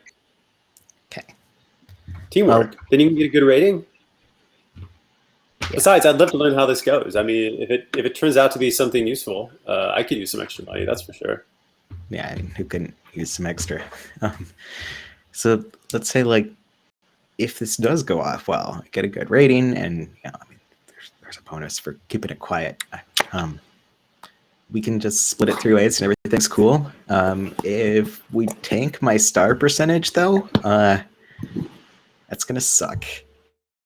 Maybe we could discuss cuts if that happens. If y'all, ruin it for me. But yeah, it'll be good. We can.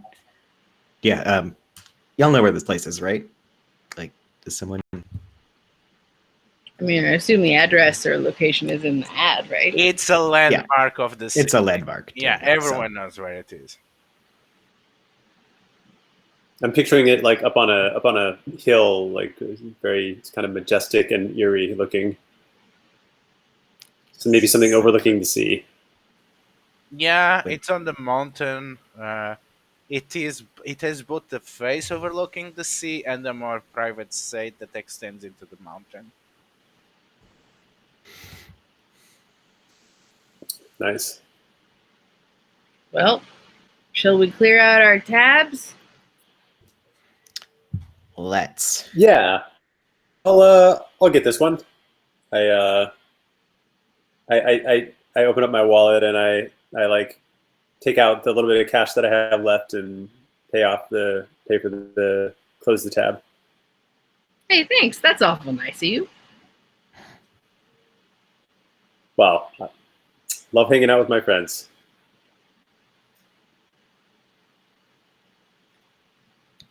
I don't have a car, so Uh, yeah, I was just gonna like. Is there a subway system or is buses? I'm not sure what the infrastructure of San Martino is like, or if I'm blocking. Oh, can we get one of those like tourist buses? Those like hop on, hop off tourist Yeah, bus I would things, say and it there like is a stops at the tourist bus sanatorium. and a funicular because there is like Ooh, cool. a mirador thing there. Yeah, I'm down with the finish. Yeah. Okay, we should so probably at some point pick out some aspects and things for our location so that we can draw on them. yeah, we will be doing that now because I would say that we cut to the we cut to the we cut to the sanatorium as you are dropping off the funicular, and at this time of the night, there are not many people here. Uh, and what are good aspects for the Imperial Sanatorium? Let's try to come up with 20 aspects. Uh, Are we trying to do the like uh, punchy yeah, same rules name as thing? normal. Yeah, same rules as normal for other aspects. So it is an old 19th century sanatorium built to please the high nobility of the empires of Europe as they stop after their grand tour and they need a sort of treatment or just some fresh mountain air close to the beaches of San Martino. And it's probably been abandoned for a while, but in the last 50 years was recovered to be the ex libris of tourism here. It has a small army of workers. It is where the wealthy come, but less the healthy that come to party, and more the ones that want privacy. Well, maybe for other type of partying, but discreet type instead of the bustling chaos on the docks. So maybe there are a lot of like tucked away nooks and different ways to get around it, and it can be kind of maze-like. We could call it. We give it the aspect: if you don't know where you're going, any road will take you there. From Alice in Wonderland, because we're gonna have to seek out this thing in this giant sanatorium turned resort turned secret doings place. I think I'm gonna play on that, and I'm gonna say unseen roads takes you there. Okay. Unseen roads take you there. Okay. Any other two aspects that come to your mind as you see this old neoclassic building? You're asking for more aspects. I think I'm imagining that it's like got a that it's got like sort of like an eerie looking tower that kind of like sticks up out of the top center of it. This like dark, eerie tower.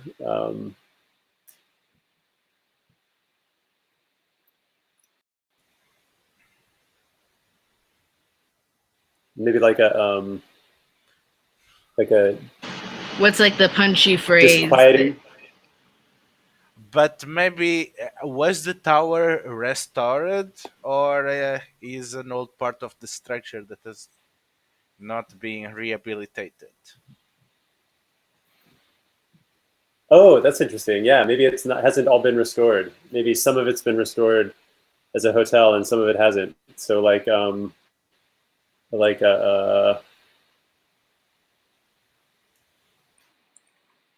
thinking there's like an unfinished tower where things still bump in the night.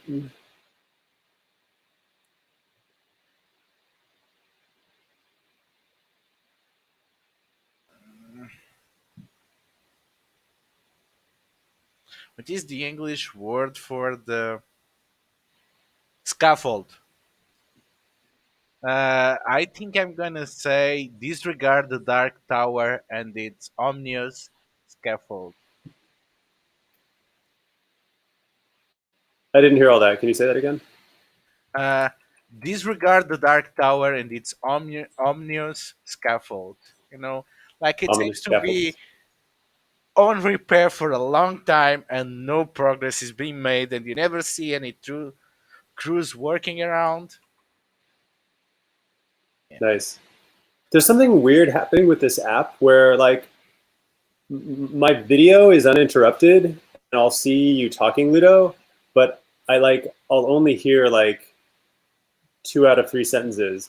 But like even when I can't hear you, the video is still fine and I can see your mouth moving, but I like can't hear anything. It's like the video is better than the audio for some reason. It's very strange. I don't know what's happening. Weird. Yeah, unseen roads take you there. Yeah, nice. Okay, any. I think I kind of want to put something related to the clientele. I think I just put something simple like really old money.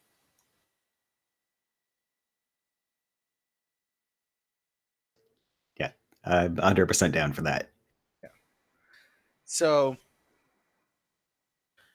you make your way Or there. like old building, older money. Oh, I like that more. I like that more.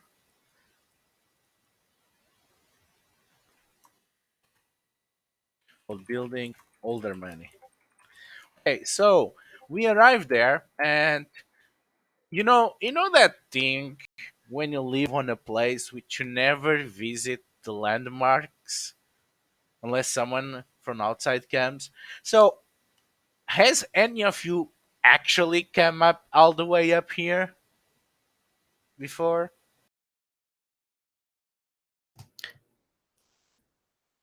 Not local necessarily, so I probably did, but like this place is real fancy and I'm not, so we just saw it from a distance, didn't actually do the funicular ride and stuff. Yeah, I think I haven't had a car in years, so I don't really get far from my neighborhood too often unless I have a good reason to go. It's expensive and transit takes so long. So I don't think I've been. Well, we've all heard of it.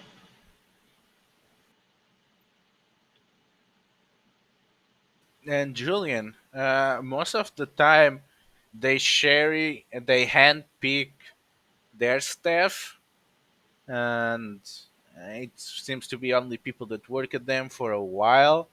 But was there any exception, any kind of catering or work that you had to come here before or not? Julian, I'm asking you.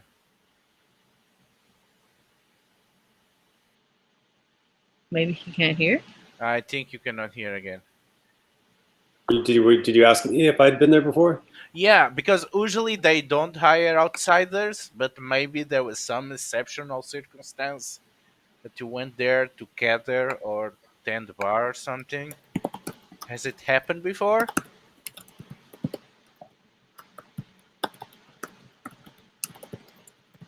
I'm sorry, I don't think I heard all of that. It sounds like you were asking me a question, something about they don't always hire outsiders, but there might be an exception. Uh, And had you there? so maybe I know someone at the sanatorium. Maybe, maybe, yeah, maybe that's the thing. Is that what you're asking me? If I might know someone at the sanatorium? I was actually more asking if you went there before. Uh, Have you worked there before? have I worked at the sanatorium? Oh, you mean as a hotel, like maybe Yeah. like as a cleaning up dishes at the hotel or something? Um, I don't think so. Also, Pearl is not that kind of sanatorium. It is the tuberculosis and the respiratory diseases type of sanatorium. Oh, it's not a Oh, madness sanatorium. It's like a health. People go there Yeah, for their health. yeah, Okay. not mental health, more like respiratory health. Uh, people could still be mad. Indeed. Well, they have money, and we know what that does to the to your mental health. Uh, so you are pretty much there for the first time, and how you gonna handle this? Because you clearly stand out as not belonging to this environment. You're clearly not tourists, and you're clearly not guests. Uh, Now, Diego, you can message the client through the app, but it is a well known fact that if you say something to a client that they don't like, they can report you, and that always goes bad for the hunter. Because I hunt uses bots for this, and they always side with the client no matter what. So, what you gonna do?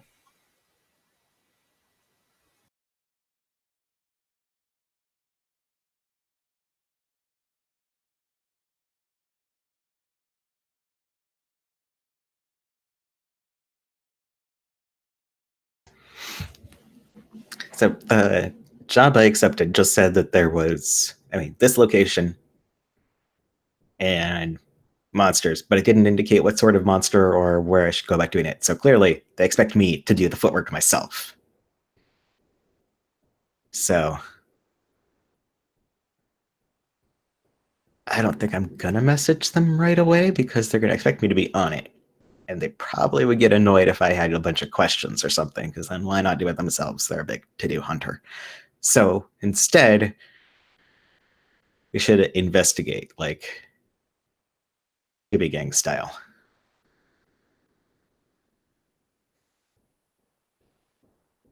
So So Scooby Gang style, we should all split up and go in different directions. and run into the dark screaming. Yes. No. And I square up, face down the sanatorium go. So, who has a plan for figuring out what's going on here? Well, I could go into the back area and talk to the cleaning staff. I mean, if people are dumping bodies, someone who works here has probably got the shit job of cleaning it up, and I could see what information they have. Great plan. Let's try that. All right. Yeah, I think I just go to like where the loading docks are and just like, walk in the back until someone stops me or an alarm goes off or whatever, and then I'm like, hey, what's up? I hear you got a monster problem. Who knows about the bodies?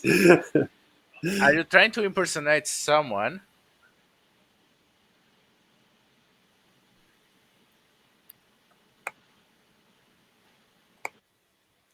Are you trying to impersonate someone?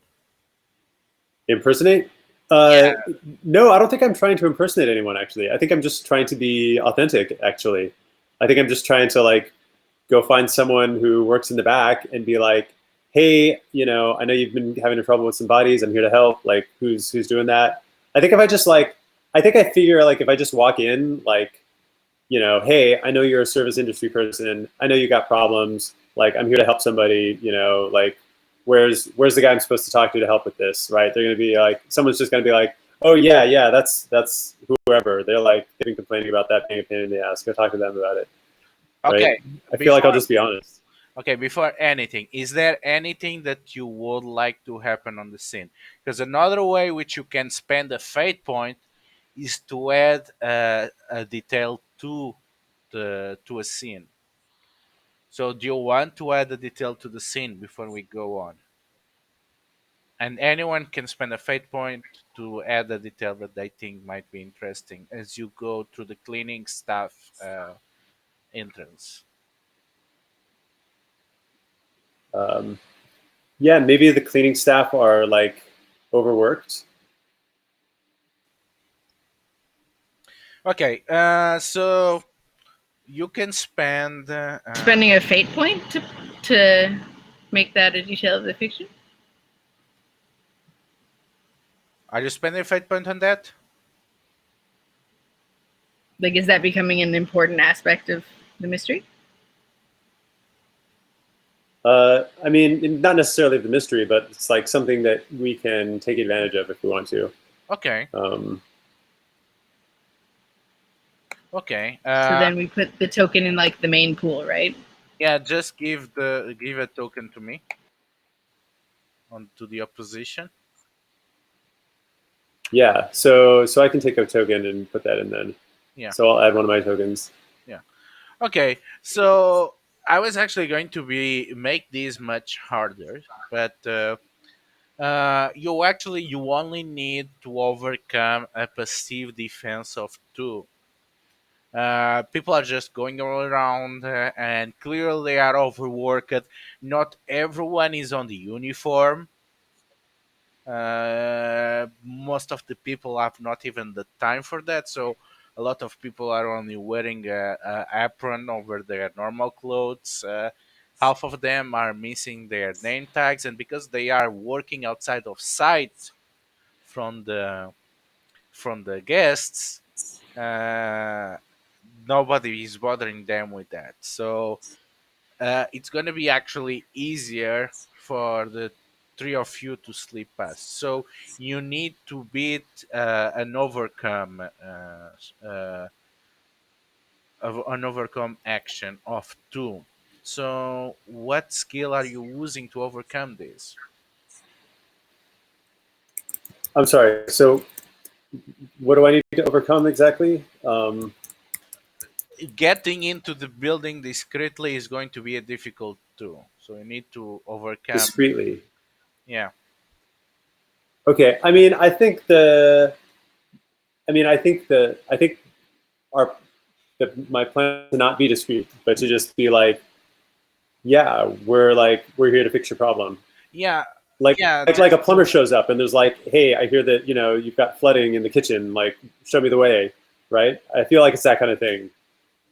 People aren't Oh, going to be like, oh, we're not going to let the plumber in. They're going to be like, oh, thank God the plumber's here. That's going to solve one of our problems right oh, that so way. you are impersonating someone. Uh, So the cleaning staff or to yeah, react. we're the like the crime scene cleanup crew, right? Like we're Yeah. here to like take care of the dead bodies that have been found. Okay. So in this case, you're gonna be overcoming with grifter.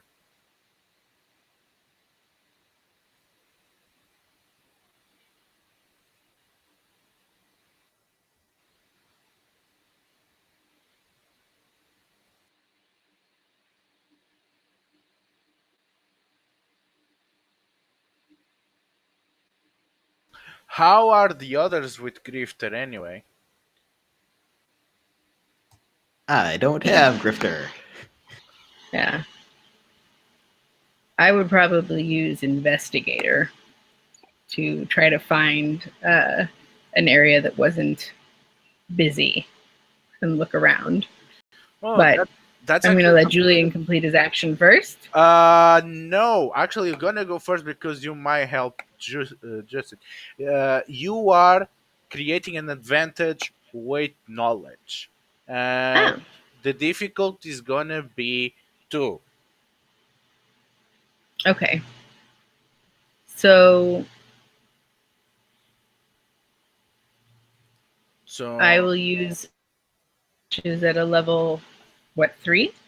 yeah, you are good. So it's +3. So you roll the dice and that +3. Okay.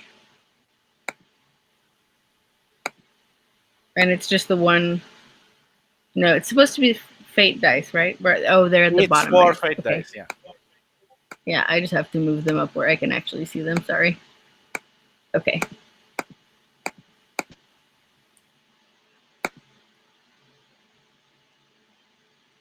So that's 2 successes and 1 not success, which makes +1, for. so that's 4. You succeed with style. Yeah. So you get to create an aspect or select another aspect and you get 2 free invokes on them. Mm, I'm going to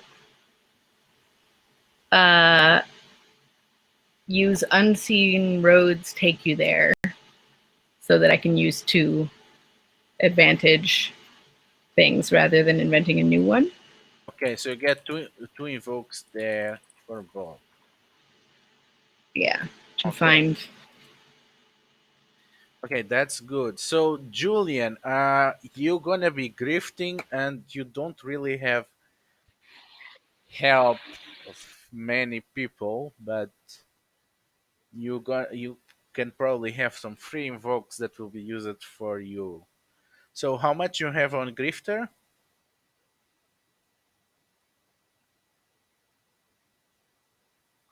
You are muted.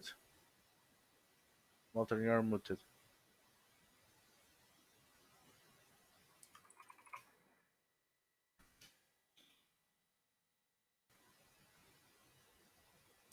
Walter, you're muted. Walter. Sorry, right. So I was okay. So what I was saying is, um, when I have my mute on, then I can hear you, Ludo, and anybody talking. I can hear you in stereo, like both of Mhm. my computer speakers are active. But when I turn my mic on and my mute off, then I can only hear it in mono, and I think then it's harder for me to hear. So for some reason, when I'm muted, I can hear you better, and when I'm not muted, like I only hear like half of the things you say. It's like it cuts in and out. It's weird. I don't know. It seems to. I think it's some strange thing that's happening between my computer and the Whereby app. Yeah, sounds like a Anyway, driver thing so or configurations thing. yeah, I don't know. So Maybe if I like turn my browser on and off, it would help. I don't know.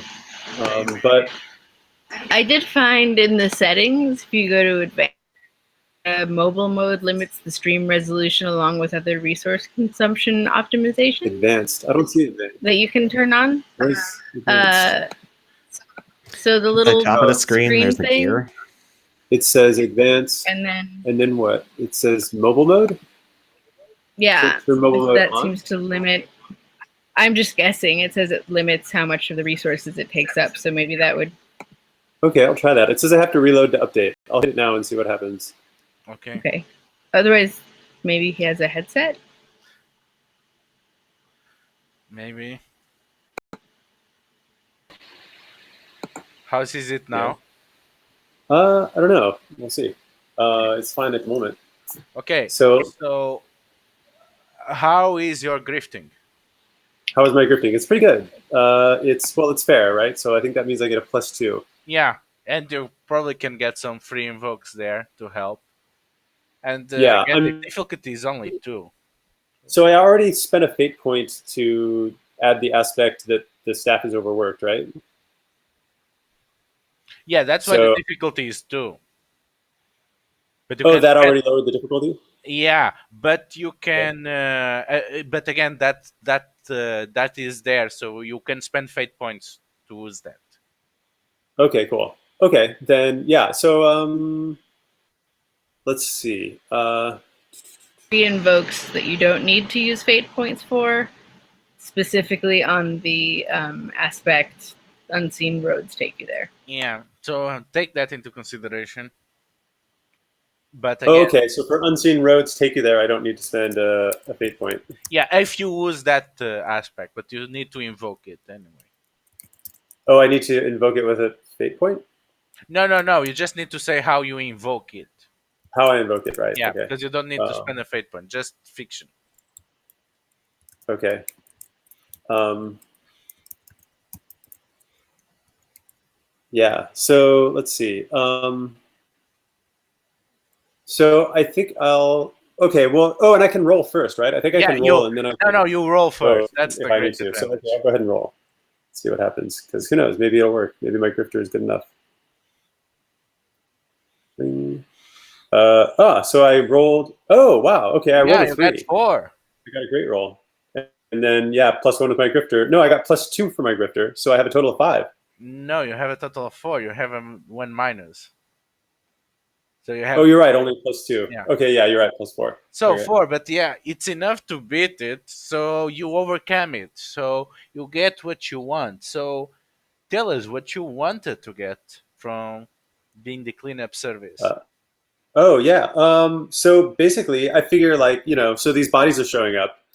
I mean, somebody's finding the bodies, and somebody, the hotel management is like, okay, you clean that up, right? Like, take care of that.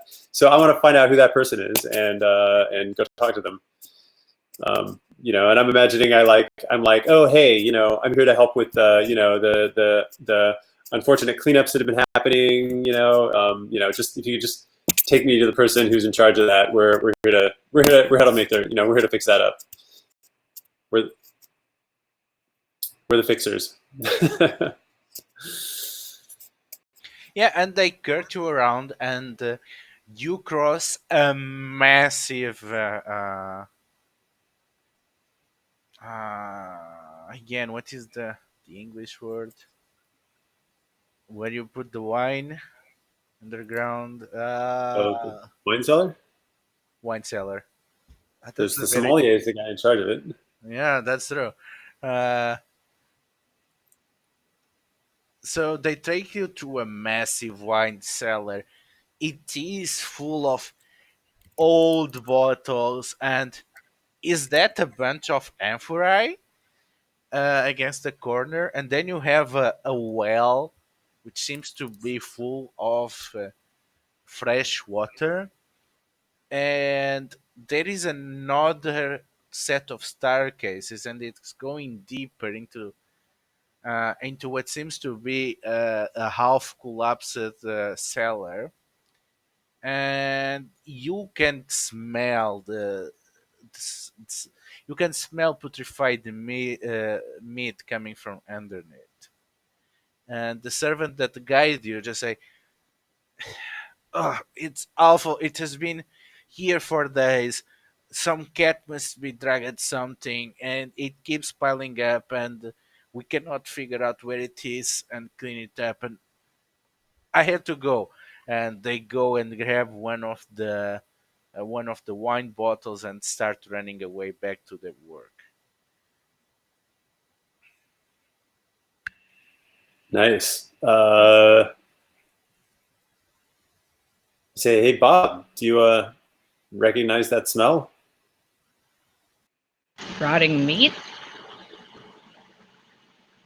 Oh, I mean, I figured monsters have a smell, right? Well, all I smell is overwhelming rotting meat. I think if there's a monster smell in here, it might be covered up. But we could look around, see if there are any other clues. Like if there's like a claw mark in the wall, telltale signs, If we find fur, we know it's something with fur. So We can get Ludo, lucky. There's a tooth. Ludo, is it like something dead inside the walls, or do we have a reason to? Do we think there's a body still around somewhere? Yeah, you think there's something dead within the walls that has been dumped there, and And that's at least what you get from the smell. But from what the app suggests is that there is some body around there, or there was, because again, someone is dumping them there. That's what the app's application said.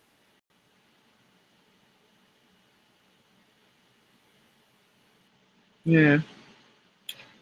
I wonder if Diego could create some sort of advantage with the never truly broken, um, and see if there are any cracks in the wall or hidden things like that that could be jimmied open or something like that. I mean, you could use athletics to try to squeeze in, I don't and want to go in the wall with the rotting meat. I'm down to go in the wall with the rotting meat. That sounds not any grosser than the stuff I had to clean up yesterday at work. So, sure, I will try to sneak into the wall and see what's up with the rotting meat. that's how you get the big bucks. Okay, Yeah, so this is actually going to be pretty hard. So this is going to be an athletics difficult 4. and I'm great at athletics, so that gives me Plus heck 4. bonuses. You get plus 4. So Sweet. go for it.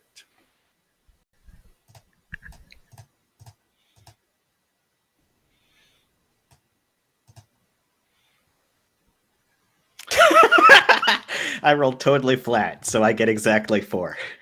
Well, if you tie, you either don't get in or you get in with the prize. To invoke your one of your things, you could re-roll. Also, this seems like the perfect thing, uh, to use the one of the free invokes to maybe see a passage that you've missed the first time.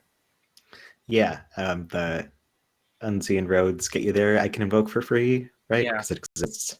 yeah. Yeah. In that case, it's an old building. There's some old cracks and stuff, but I totally find a way I can kind of jimmy in if I get behind one of the cellar racks and stuff. Yeah, and they managed to sneak in past, and the smell is stronger there, but you hold together and they squeeze past, and you find a pool of decaying goo, flesh that has already been liquidified by bacteria, and it seems to have been dragged instead of pulling around. And as you look at it, you realize that there was a body lying there, a pretty big body, and it moved post mortem.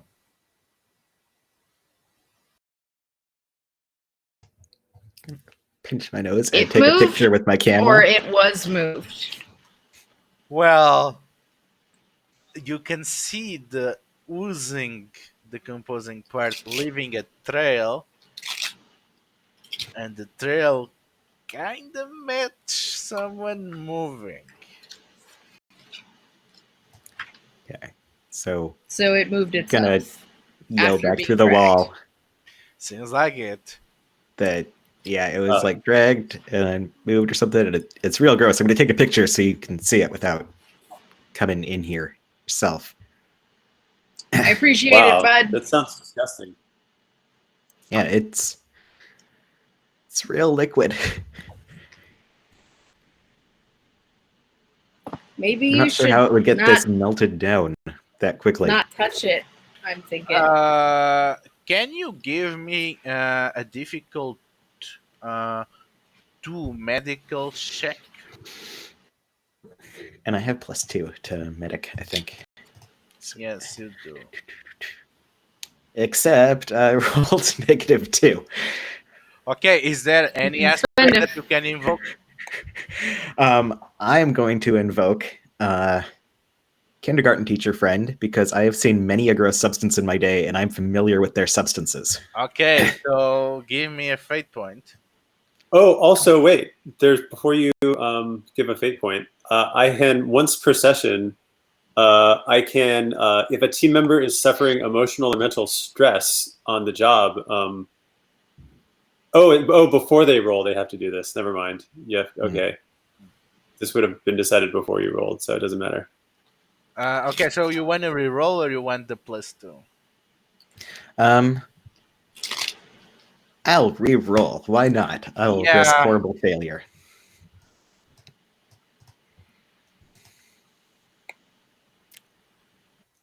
Oh, it's Okay, not bad. so I make it exactly 2. Yeah, you get Fine. 3. You get 3, so you beat the 2. Uh, Oh, sweet.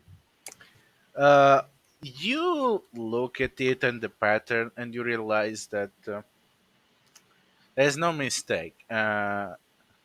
If someone had dragged a body on that state of decomposition, it would leave bits behind, but all the bits that are left was when it was rotting and decomposing here. So you figure out that a body was here for days or more, and before bugs got to it, it basically crawled away. And by the stench, you figure it's not that far away. I go down to a stage whisper. I think it's still nearby. Like, I don't think it was leaking when it got dragged here, but there's a trail, and I can smell it. Y'all might need to come in the wall. Or maybe I can Do you follow it see where around it's headed? the Because mouse. maybe we can go like around the outside. You could come out of the wall, and we could try to. Like, it just doesn't seem appetizing. And yeah, I'd rather y'all don't have to get closer to this than you are currently, because it reeks in here. Well, and you could get out too, maybe, right? And we could, like, is there an obvious exit? Besides the way I came in. Let's see. Like, is How about the wall passage leading to anywhere that is a clear exit? yes. Yeah, can I attempt to figure out where this thing might be going based upon the structure of the wall? Whew. What would you be using for that?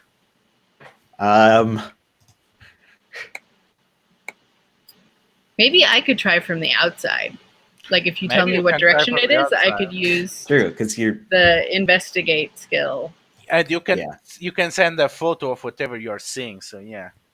yes, I will text you a photo of the goop and the trail of goop heading off. Okay, so And that kind of is thump against the wall to indicate where I am. going to be an investigate overcome with 4. Okay. Investigate, overcome with 4. So I only have a 3 on investigate. So I need to Get use something. Yeah, so you need to get 2 or more on the dice. Wait, didn't you say 3? No, Wait, you need to overcome 4, okay. and you But have I only need 2 on the dice? you need +2 on the dice to beat it. Okay. I'm thinking I maybe want to use. Well, I guess I can use it afterwards if it doesn't work out. Yeah, that's the That thing. is something You I can like always about use this it game. afterwards. Yeah, exactly. Okay. So first, I'm just gonna go snooping around outside as quietly as possible and see if I can find something. Okay. Flat Those from the stayed dice. exactly the same. Flat. Yeah. So you are at +3 versus 4. Where are you getting more? I was thinking I would take the second free aspect Okay, and and you're just gonna add 2 to my roll because that makes it a success, right? that makes a 5 versus 4. So you get what you want. So what is exactly that you want? Something about finding the exit? I want to find where, like, the other side of, like, if something went through a wall to get somewhere else, where it would have gone out from the outside, so that we don't have to go into the wall and trace the path. We could just find the exit point Yeah, and look for who's there. you find and triangulate the position, and you figure out that Diego is actually out of the building proper, and he's some point under the grounds. And you go into the woods nearby, and there is an artificial grotto that is very romantic style, about from the time where the sanatorium was building, and it seems to be sealed off because there is a, there is a, there is a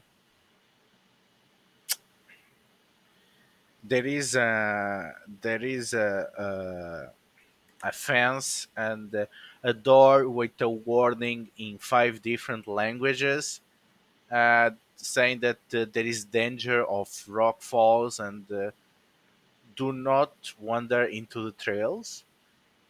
But you open it, it's not locked, and you go step around the grotto, and you find that someone has dug out a hole next to the grotto.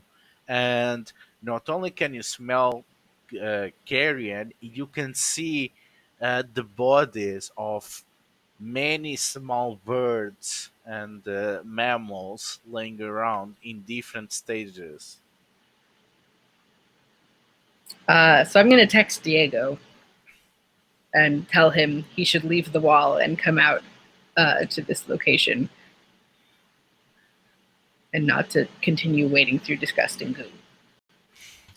Yes, I'm trying not to get the goo on my shoes, but I assume it's oozy. I will work my way back out of the wall, reappear covered in like dust and cobwebs.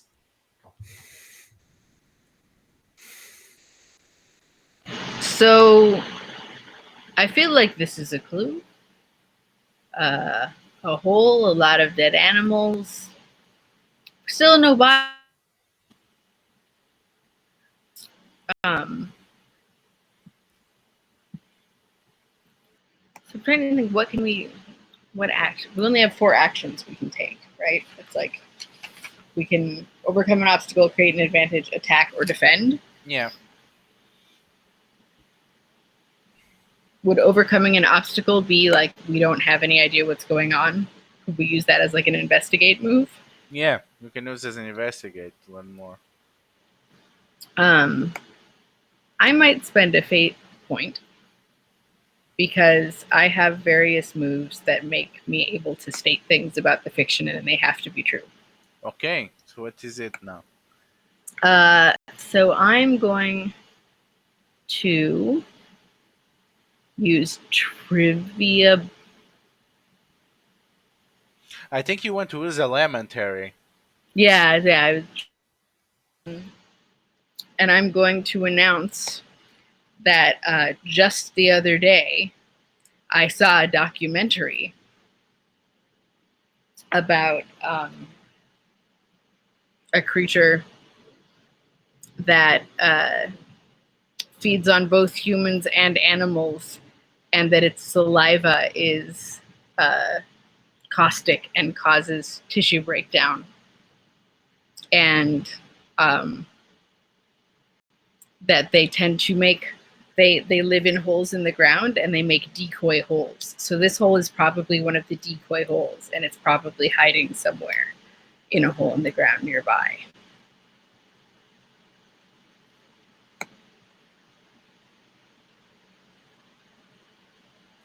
So And then I you can create create an an aspect with Yeah. a free but I can only use it with investigator.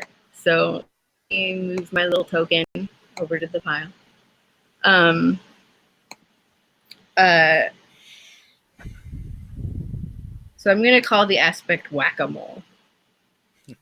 Okay, that's great. Uh, And I think we should just start looking for any earth that looks like it's been recently disturbed. It's likely that the hole with the creature in it is nearby. They tend to build. They don't like to travel much, so the decoy holes would be not too far from the den.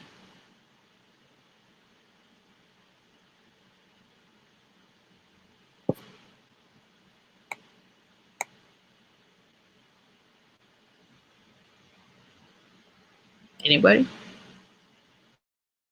I mean, I don't have any Looking special through. talent for finding such things, but I can look around and see. Oh, actually, I have. No, wait, that's yours. I was totally gonna take a special talent. You were gonna what? Oh nope. I had been eyeing a skill that looked like it was relevant, but I don't think it's actually gonna help. Nope. I mean, Oh, here's the thing. go ahead. But yes. So I have my in this together where someone else can roll using my organizer skill to do a thing, and they can either do it at +4 or they can take it +2 to whatever they already have. So like if I'm like I guess what if I'm like organizing our search effort or something, then somebody else can use their investigate or something at a higher skill level.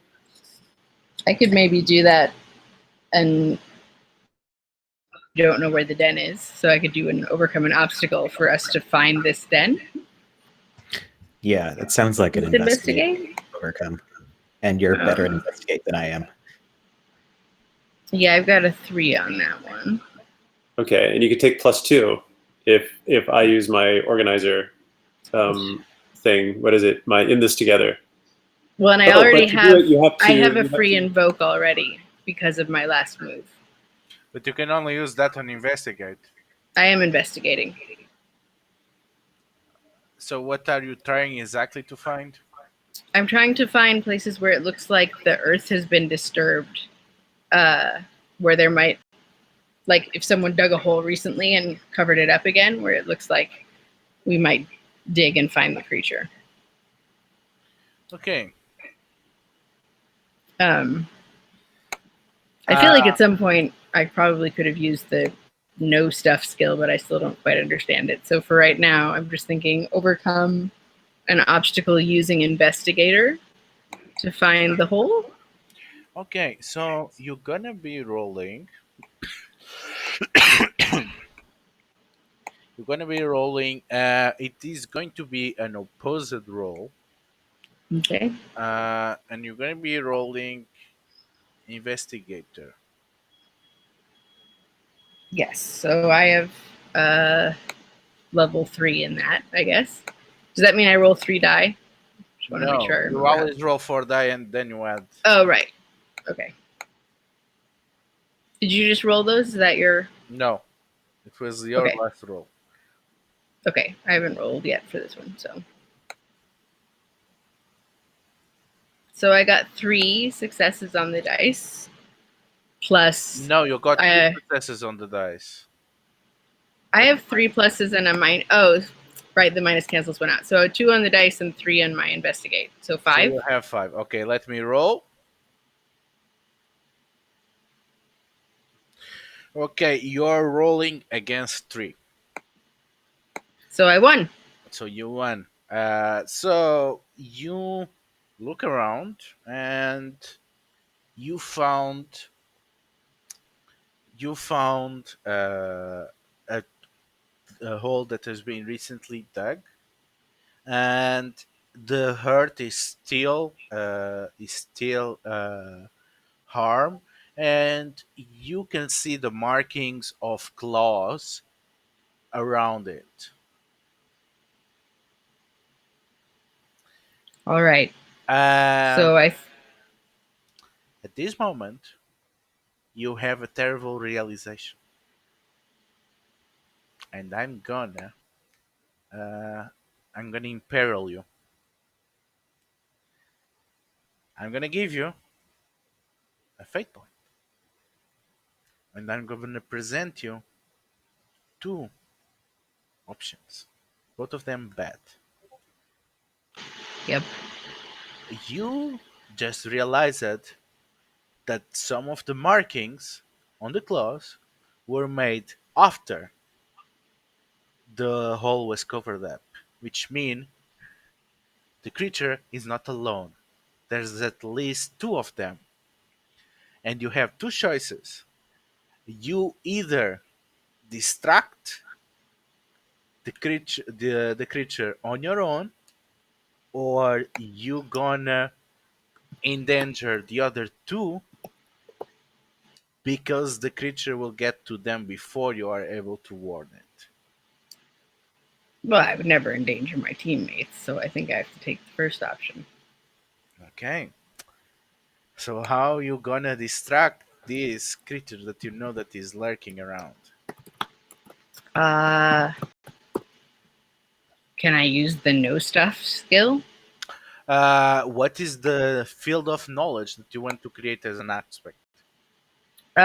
So it's a situational aspect related to my knowledge of monsters. That gets one free invoke in any scene where it's relevant. Yeah, what do you name So this aspect? I'm thinking of what would distract it, and then trying to come up with a clever name. I'm going to call it Ooh Shiny, Mm-hmm.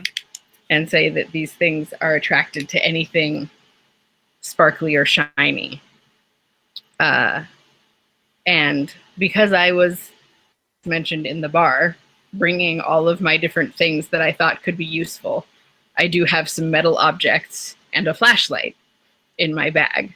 And I'm going to put the metal objects and like tilt the flashlight so it's aiming at them so they'll be all shiny.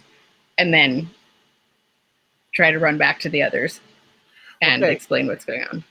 give me a maker overcome, which is gonna be against difficulty 6. Does anyone want to create an advantage for me here? Because They are not aware. That was the condition you choose. You're gonna be facing that's this right. alone. That was Okay. your hard choice. Um, Well, you have a free invoke for on or shiny, so at least you have that. yeah, but I can't. I guess if I get all pluses and use the invoke, I can win another, or I can tie it, and otherwise I lose automatically. Can we do like flashbacks? You can. You just spend a fate point and you introduce an aspect to the fiction as a flashback. Okay. Or I was wondering if I could do a stunt as a flashback. Ooh, I have depends on the stunt. What is it? So I have my stunt in this together. If a team member is suffering emotional or mental stress on the job, before they roll, they can use your organized skill set for their own skill or take +2. But if they fail, then you suffer the same stress they do. I think you Um, can. Just spend a fate point to use it retroactively. okay. And So then tell us what you told Bob before they set off. yeah, I Bob was well. I don't know. How were you? What was your like state before this, Bob? Were you stressed at all about this, or emotional about the job, or what we were doing? I think it's just inherently stressful to be finding dead animals and trying to dig up monsters. So Yeah.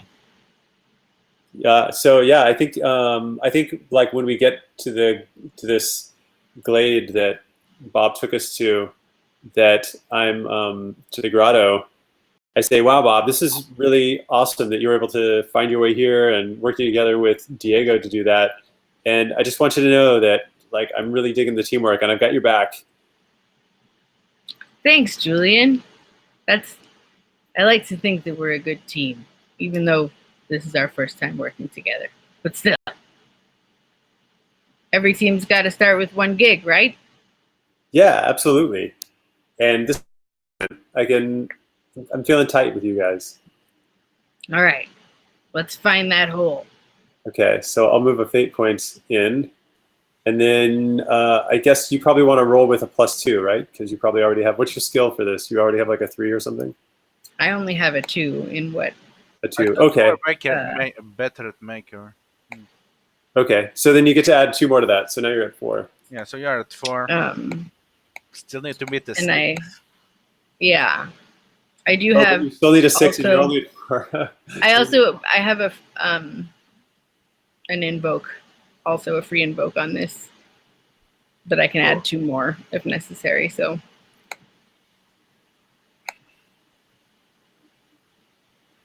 Oh, so that's 3 plus 4, your. 7. You beat the 6. So you get what you want. So where do you take them? I'm gonna say that this is like a place where like rich people go to recover a little bit. You said, so there's probably a lot of nice, like, well trimmed shrubbery and like, you know, trees that have been cultivated and shit. So I'm gonna take them to like hide behind a bunch of foliage and fill them in on the situation about there being more than one and Uh, knowing what they are. what is what you message them for to have them join you? As you are pursued for a Uh, you are being pursued by a creature that it seems to be vaguely humanoid. It seems to be wearing some kind of worker's uniform, and it's growling as it's again running on all four, and it has long, ichor-oozing claws, and it seems to be some kind of ghoul. some kind of ghoul. What do you say? Well, yeah, I'm gonna let them know as fast as possible, but probably just one word, like ghoul with an exclamation point. Um, And you add the Google Maps location. um, and then maybe I can parkour this thing. You can. I was actually going to leave that a cliffhanger, but that sounds way better. Oh, okay. No, the We can leave it cliffhanger as is a going to cliffhanger. be after the parkour if you still feel that you have enough fate points. Okay. I do. I Okay. do. So I will put another fate point in your pile here. Uh, and I'm gonna an attack roll, I guess. Right? I yeah, you're doing an attack because you're at danger of getting hurt if that is not. Actually, Yeah. this Or is I mean, I no guess the other way around. This is a defense roll. a defense roll. They are the ones attacking. I'm Okay. gonna roll attack. Okay. Thing is, they So have I'm gonna edge. use. They have edge. Hmm? They have edge. They have what? They have edge. The monster by Somehow I default missed. has edge. Okay. Yeah. Yeah, they do. All right. So I'm gonna use the flow. I'm Uh, gonna give you a suggestion. You can try yes. to take the edge from him by leading him through this shrubbery. It's probably better Take the. before you do that. So I need So you need to to beat take the edge, you need to beat we would need to do something yes, you that need would. to beat either one of two things. Either their star rating plus a defense roll or plus their passive one. So you're gonna need to beat their roll plus 2 with athletics uh, to get the edge. Okay. Um. Well, I get a +2 on all my moves after the first one, Yeah, this is the which first is one, annoying but you're gonna in get the plus 2 parkour. on the best one, which is going to be the defense. Um. But I wonder, can I use? Can I invoke time as an illusion, lunchtime doubly so, Yes, to have very fast reflexes? but again, don't invoke now. Maybe you don't need to. I missed most of that, but You don't need to invoke now. You only need to invoke after the roll. oh, that's right. Okay. Well, here is the rule. That is not good. I mean, So good. I should. What is your athletics? What? What is your athletics? Now Luda's doing the thing for me that he was for Walter earlier, which is What is frustrating. your athletics? Athletics. Oh, right. I have a 3. So that's a 5. So let me roll now.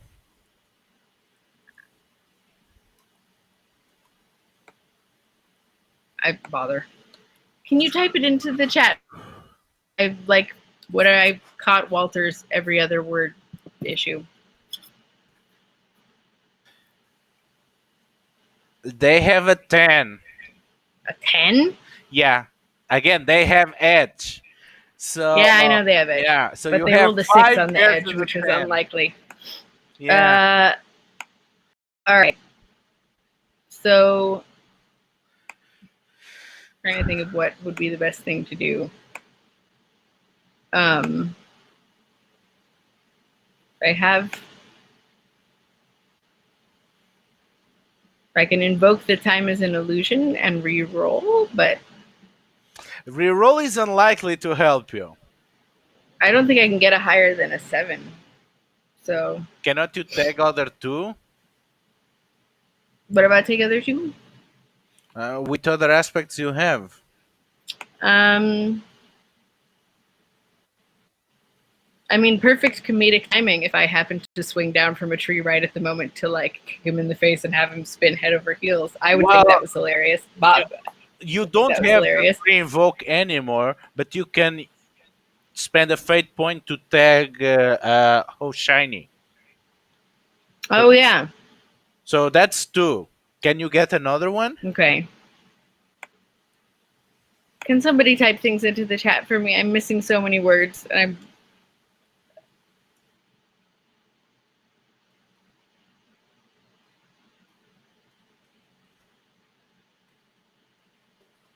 right.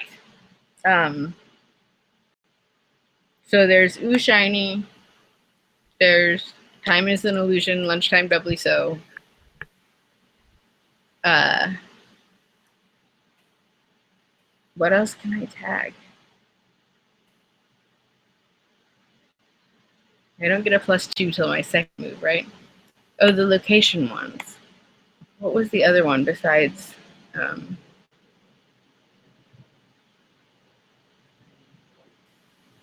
Oh, can I tag disregard the dark tower and its ominous scaffolding and like use that in my parkour?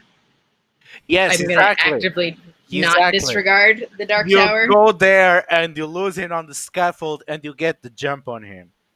Okay, who's that? Okay, Describe how you get the edge from him. awesome. Take that. Okay, how you get the Cool. edge from him?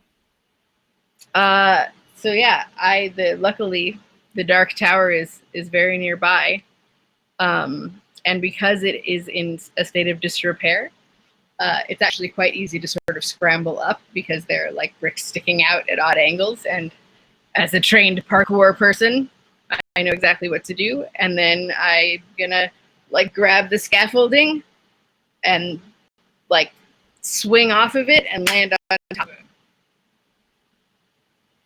Take that, ghoul. You have edge. Congratulations. Hooray! And now for that defense roll. Wait, so now that I have the edge, what do I do? How many fate points do you have left? 3. How many Wait. did you spend? No, not 3. It should be 1. No, I didn't move them all over. I have 1 left. Okay. I have, if I do another parkour move, I have a +2 automatically. Yeah. So you And I have have edge. yeah. So you have +4 and you're gonna roll 3 dice and the edge dice. Go for it.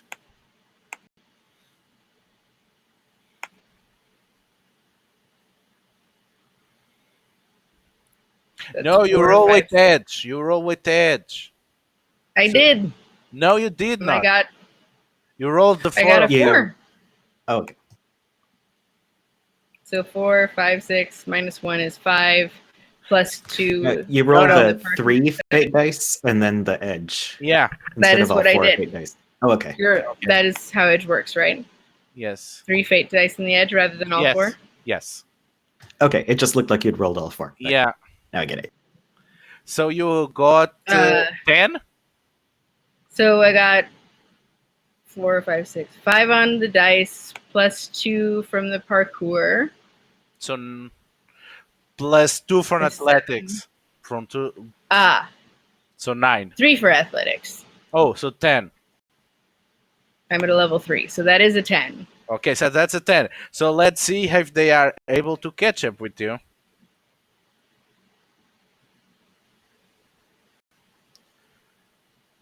They don't. They have a 3.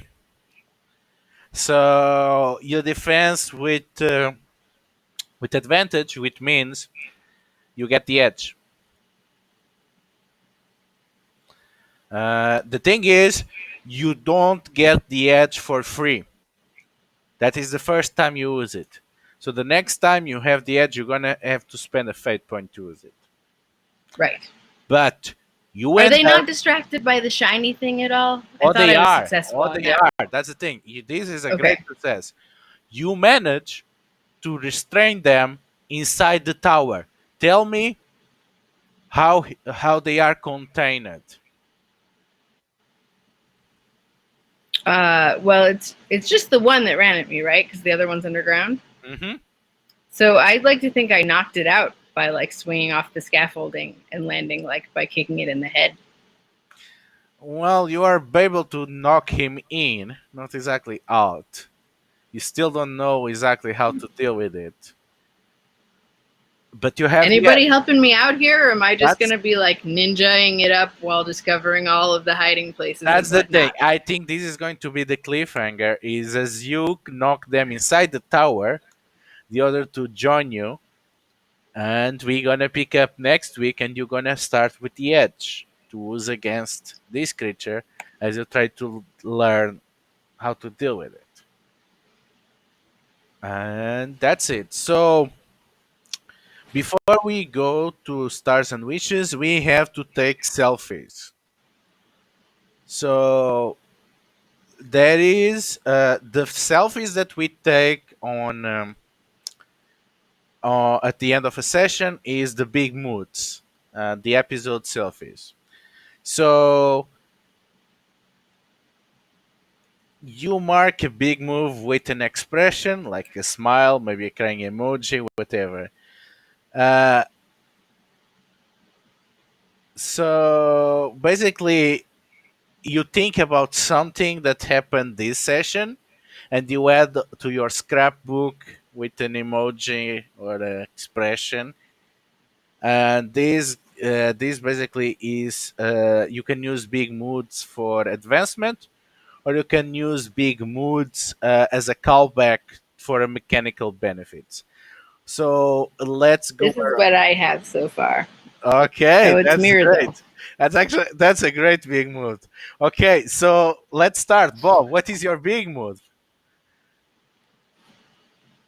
Describe your big move. So my big mood is uh, our first gig and parkour for the win. and then a picture with goo that says "Poor Diego. I hope he got the goo off." And it's great to be on a team. Now we just need an awesome team name. But yeah, our first gig and parkour. Awesome. Okay, what is Diego's big mood?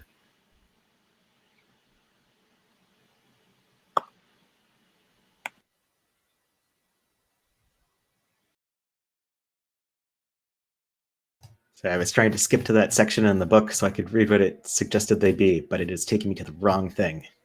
Page Alas. 100, 119, 124 on the PDF. Okay. Yeah, when I clicked the little link, usually takes me to the right spot, and this one was taking me to a significantly unrelated spot. But now I get it, kind of maybe.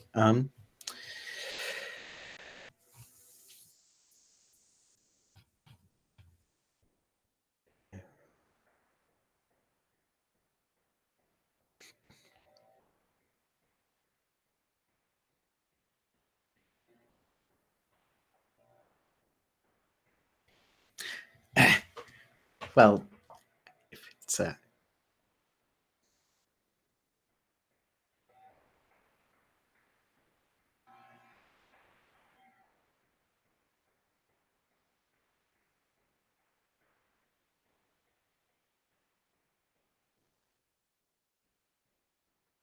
okay, I'm reading through this and I'm not entirely sure I process what it is asking of me. But Diego's big mood is like this emoji thing over a selfie of them heading out to do their thing, probably because it's like got a team together. I'm a real iHunter now.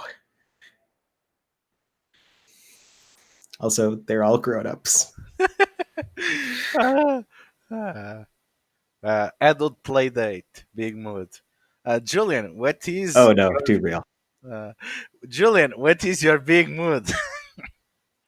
Uh, I think my big mood has got to be a group picture of Bob and Diego and the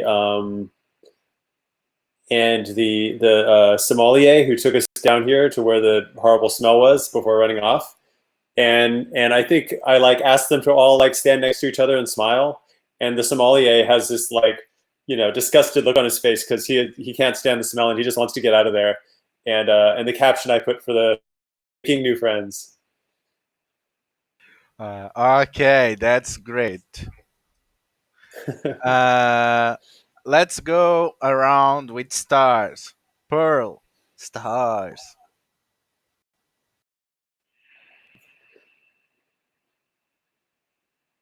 Around of stars. Should I start, or do we want to go back to Bob? I mean, yeah, you can start, Pearl. Let's go in the same order. Pearl, stars. Can you hear me?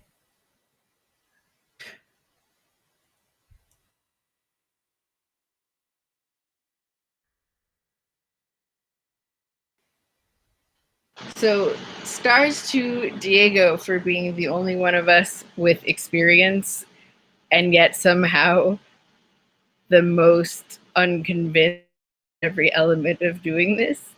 Uh, it was an amusing sort of like, I thought initially he was going to be the leader, and he did charge into the wall, which I appreciated with the kindergarten teacher skills. But on the whole, less enthusiasm than I expected in a pleasant way.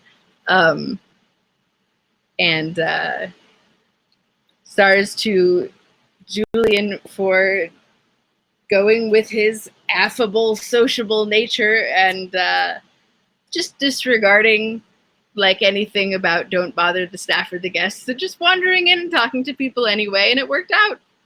And of course, Star Saludo for running this. I've never played a Fate game before, but you picked one that got me very invested. Thank you for doing that. Can't wait to kill more monsters and pay my electric bill. Ryan, stars. Uh, stars. I like how we're just it's cat herding, and the cats all kind of want to go in the same direction, but none of us are sure what the others are doing at any moment. It's too real with the group project feels, and I'm enjoying that. Where, yeah, we're all sort of doing the same thing, but everyone kind of thinks someone else is in charge, or maybe no one's in charge, and that's entertaining me a lot. Also, massive star for Bob, just like parkour swing kicking ghoul thing into a decaying tower that's super rad, and nobody saw it, which is the perfect Bob moment, I feel. Just quietly doing stuff.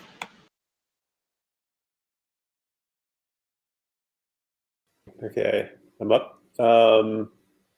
I yeah, I I think my favorite moments were the like some of the initial scenes with with Diego at the kennel, talking to the vet, having the realization about spending time with dogs, um, and I liked. Yeah, I really like how you led us into those scenes, Ludo, about figuring out what it was that was important to our characters. That was very cool. Um, and and then Bob is full of surprises. I feel like Bob is the sort of humble, affable, trivia knowledge king who just happens to have all this unexpected knowledge about monsters as well, which is super cool. And parkour. Bob is full of surprises. Uh, To be part of the team. Yes. I remember someone saying that they did not want to have the special skills of Bob to be something too common, but they kind of hosted themselves for their petard because Bob was awesome, and I have to give a big start to Bob. I also have to be give a big start to the scenes in which it was just the three of you. I think it was you really portrayed your characters very well, and it was very we got a very clear idea of what they were about. The scene on the bar during the trivia night and the scene talking on the wine cellar. They were just delightful and big star for those moments. They really worked it off everyone together. Yeah, those are my big stars. Now let's go with wishes. Again on the same order. Pearl wishes. Uh, I would love to get into the motif aspects and just make sure we're giving a lot of different kinds of aspects to draw on, and then also creating advantages for each other so we get the fate tokens to use to invoke those aspects. Because man, I went through my fate points fast there at the end.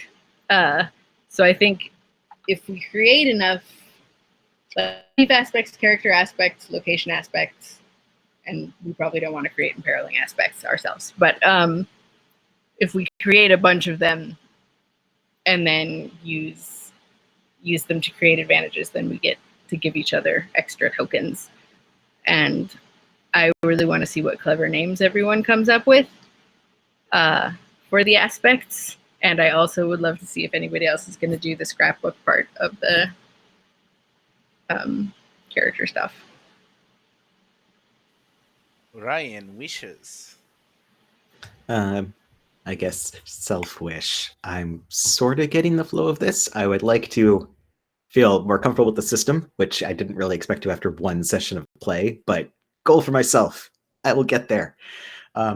Also wish I would like to see Diego in athlete mode versus awkward how do I talk to grown up mode, even though that is a lot of fun to play and I'm into it. Also, yeah, the aspects and stuff. I'm excited to see where it goes. More of stuff and more ghoul parkour, please. Okay, Walter wishes. Yeah. I think my wish is to. I was kind of toward the end. I was trying to think of how I could use my compels to get into trouble. So I think that's something I'm gonna have. That's something I'm gonna keep my mind on for next session is to play into that and see if I can get the fate economy going the other direction a little bit too.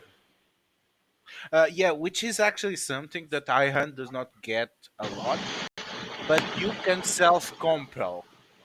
You can The self compel. Oh, does that not happen a lot? that is supposed to happen a lot. So, but the it comes from the base fate, and the book does not discuss a lot that. Uh, Hmm. but again, remember, you might have an idea of how something might get you in trouble, even if I don't. So you can propose a compel, and then uh, and so you propose a self compel. So feel free, Yeah. yeah, to get to do that, to get yourself in danger so that you can keep feeding the economy. But you can also, if you use the create an advantage skill for someone else, you can put yourself in danger to do it. But then you can create new aspects and uh, give people 2 free invokes on that advantage Uh, if you they succeed. are two different things. You can have a compel based on the fiction, and then you can spend this new fate point to improve your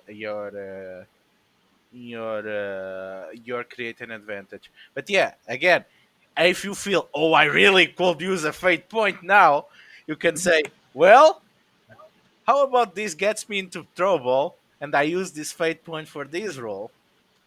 So again, feel free to be proactive with compel, because it's very easy to assume that only the GM compels. No, you can propose yourself compels. Okay. So anything before we go? Okay. Thank you for running it and being patient with technical stuff and also explaining how the aspects and stuff work. Yeah, Because this has been a delight. I think I get it. Are you okay with me sharing this up, uh, the video? Which I should stop recording.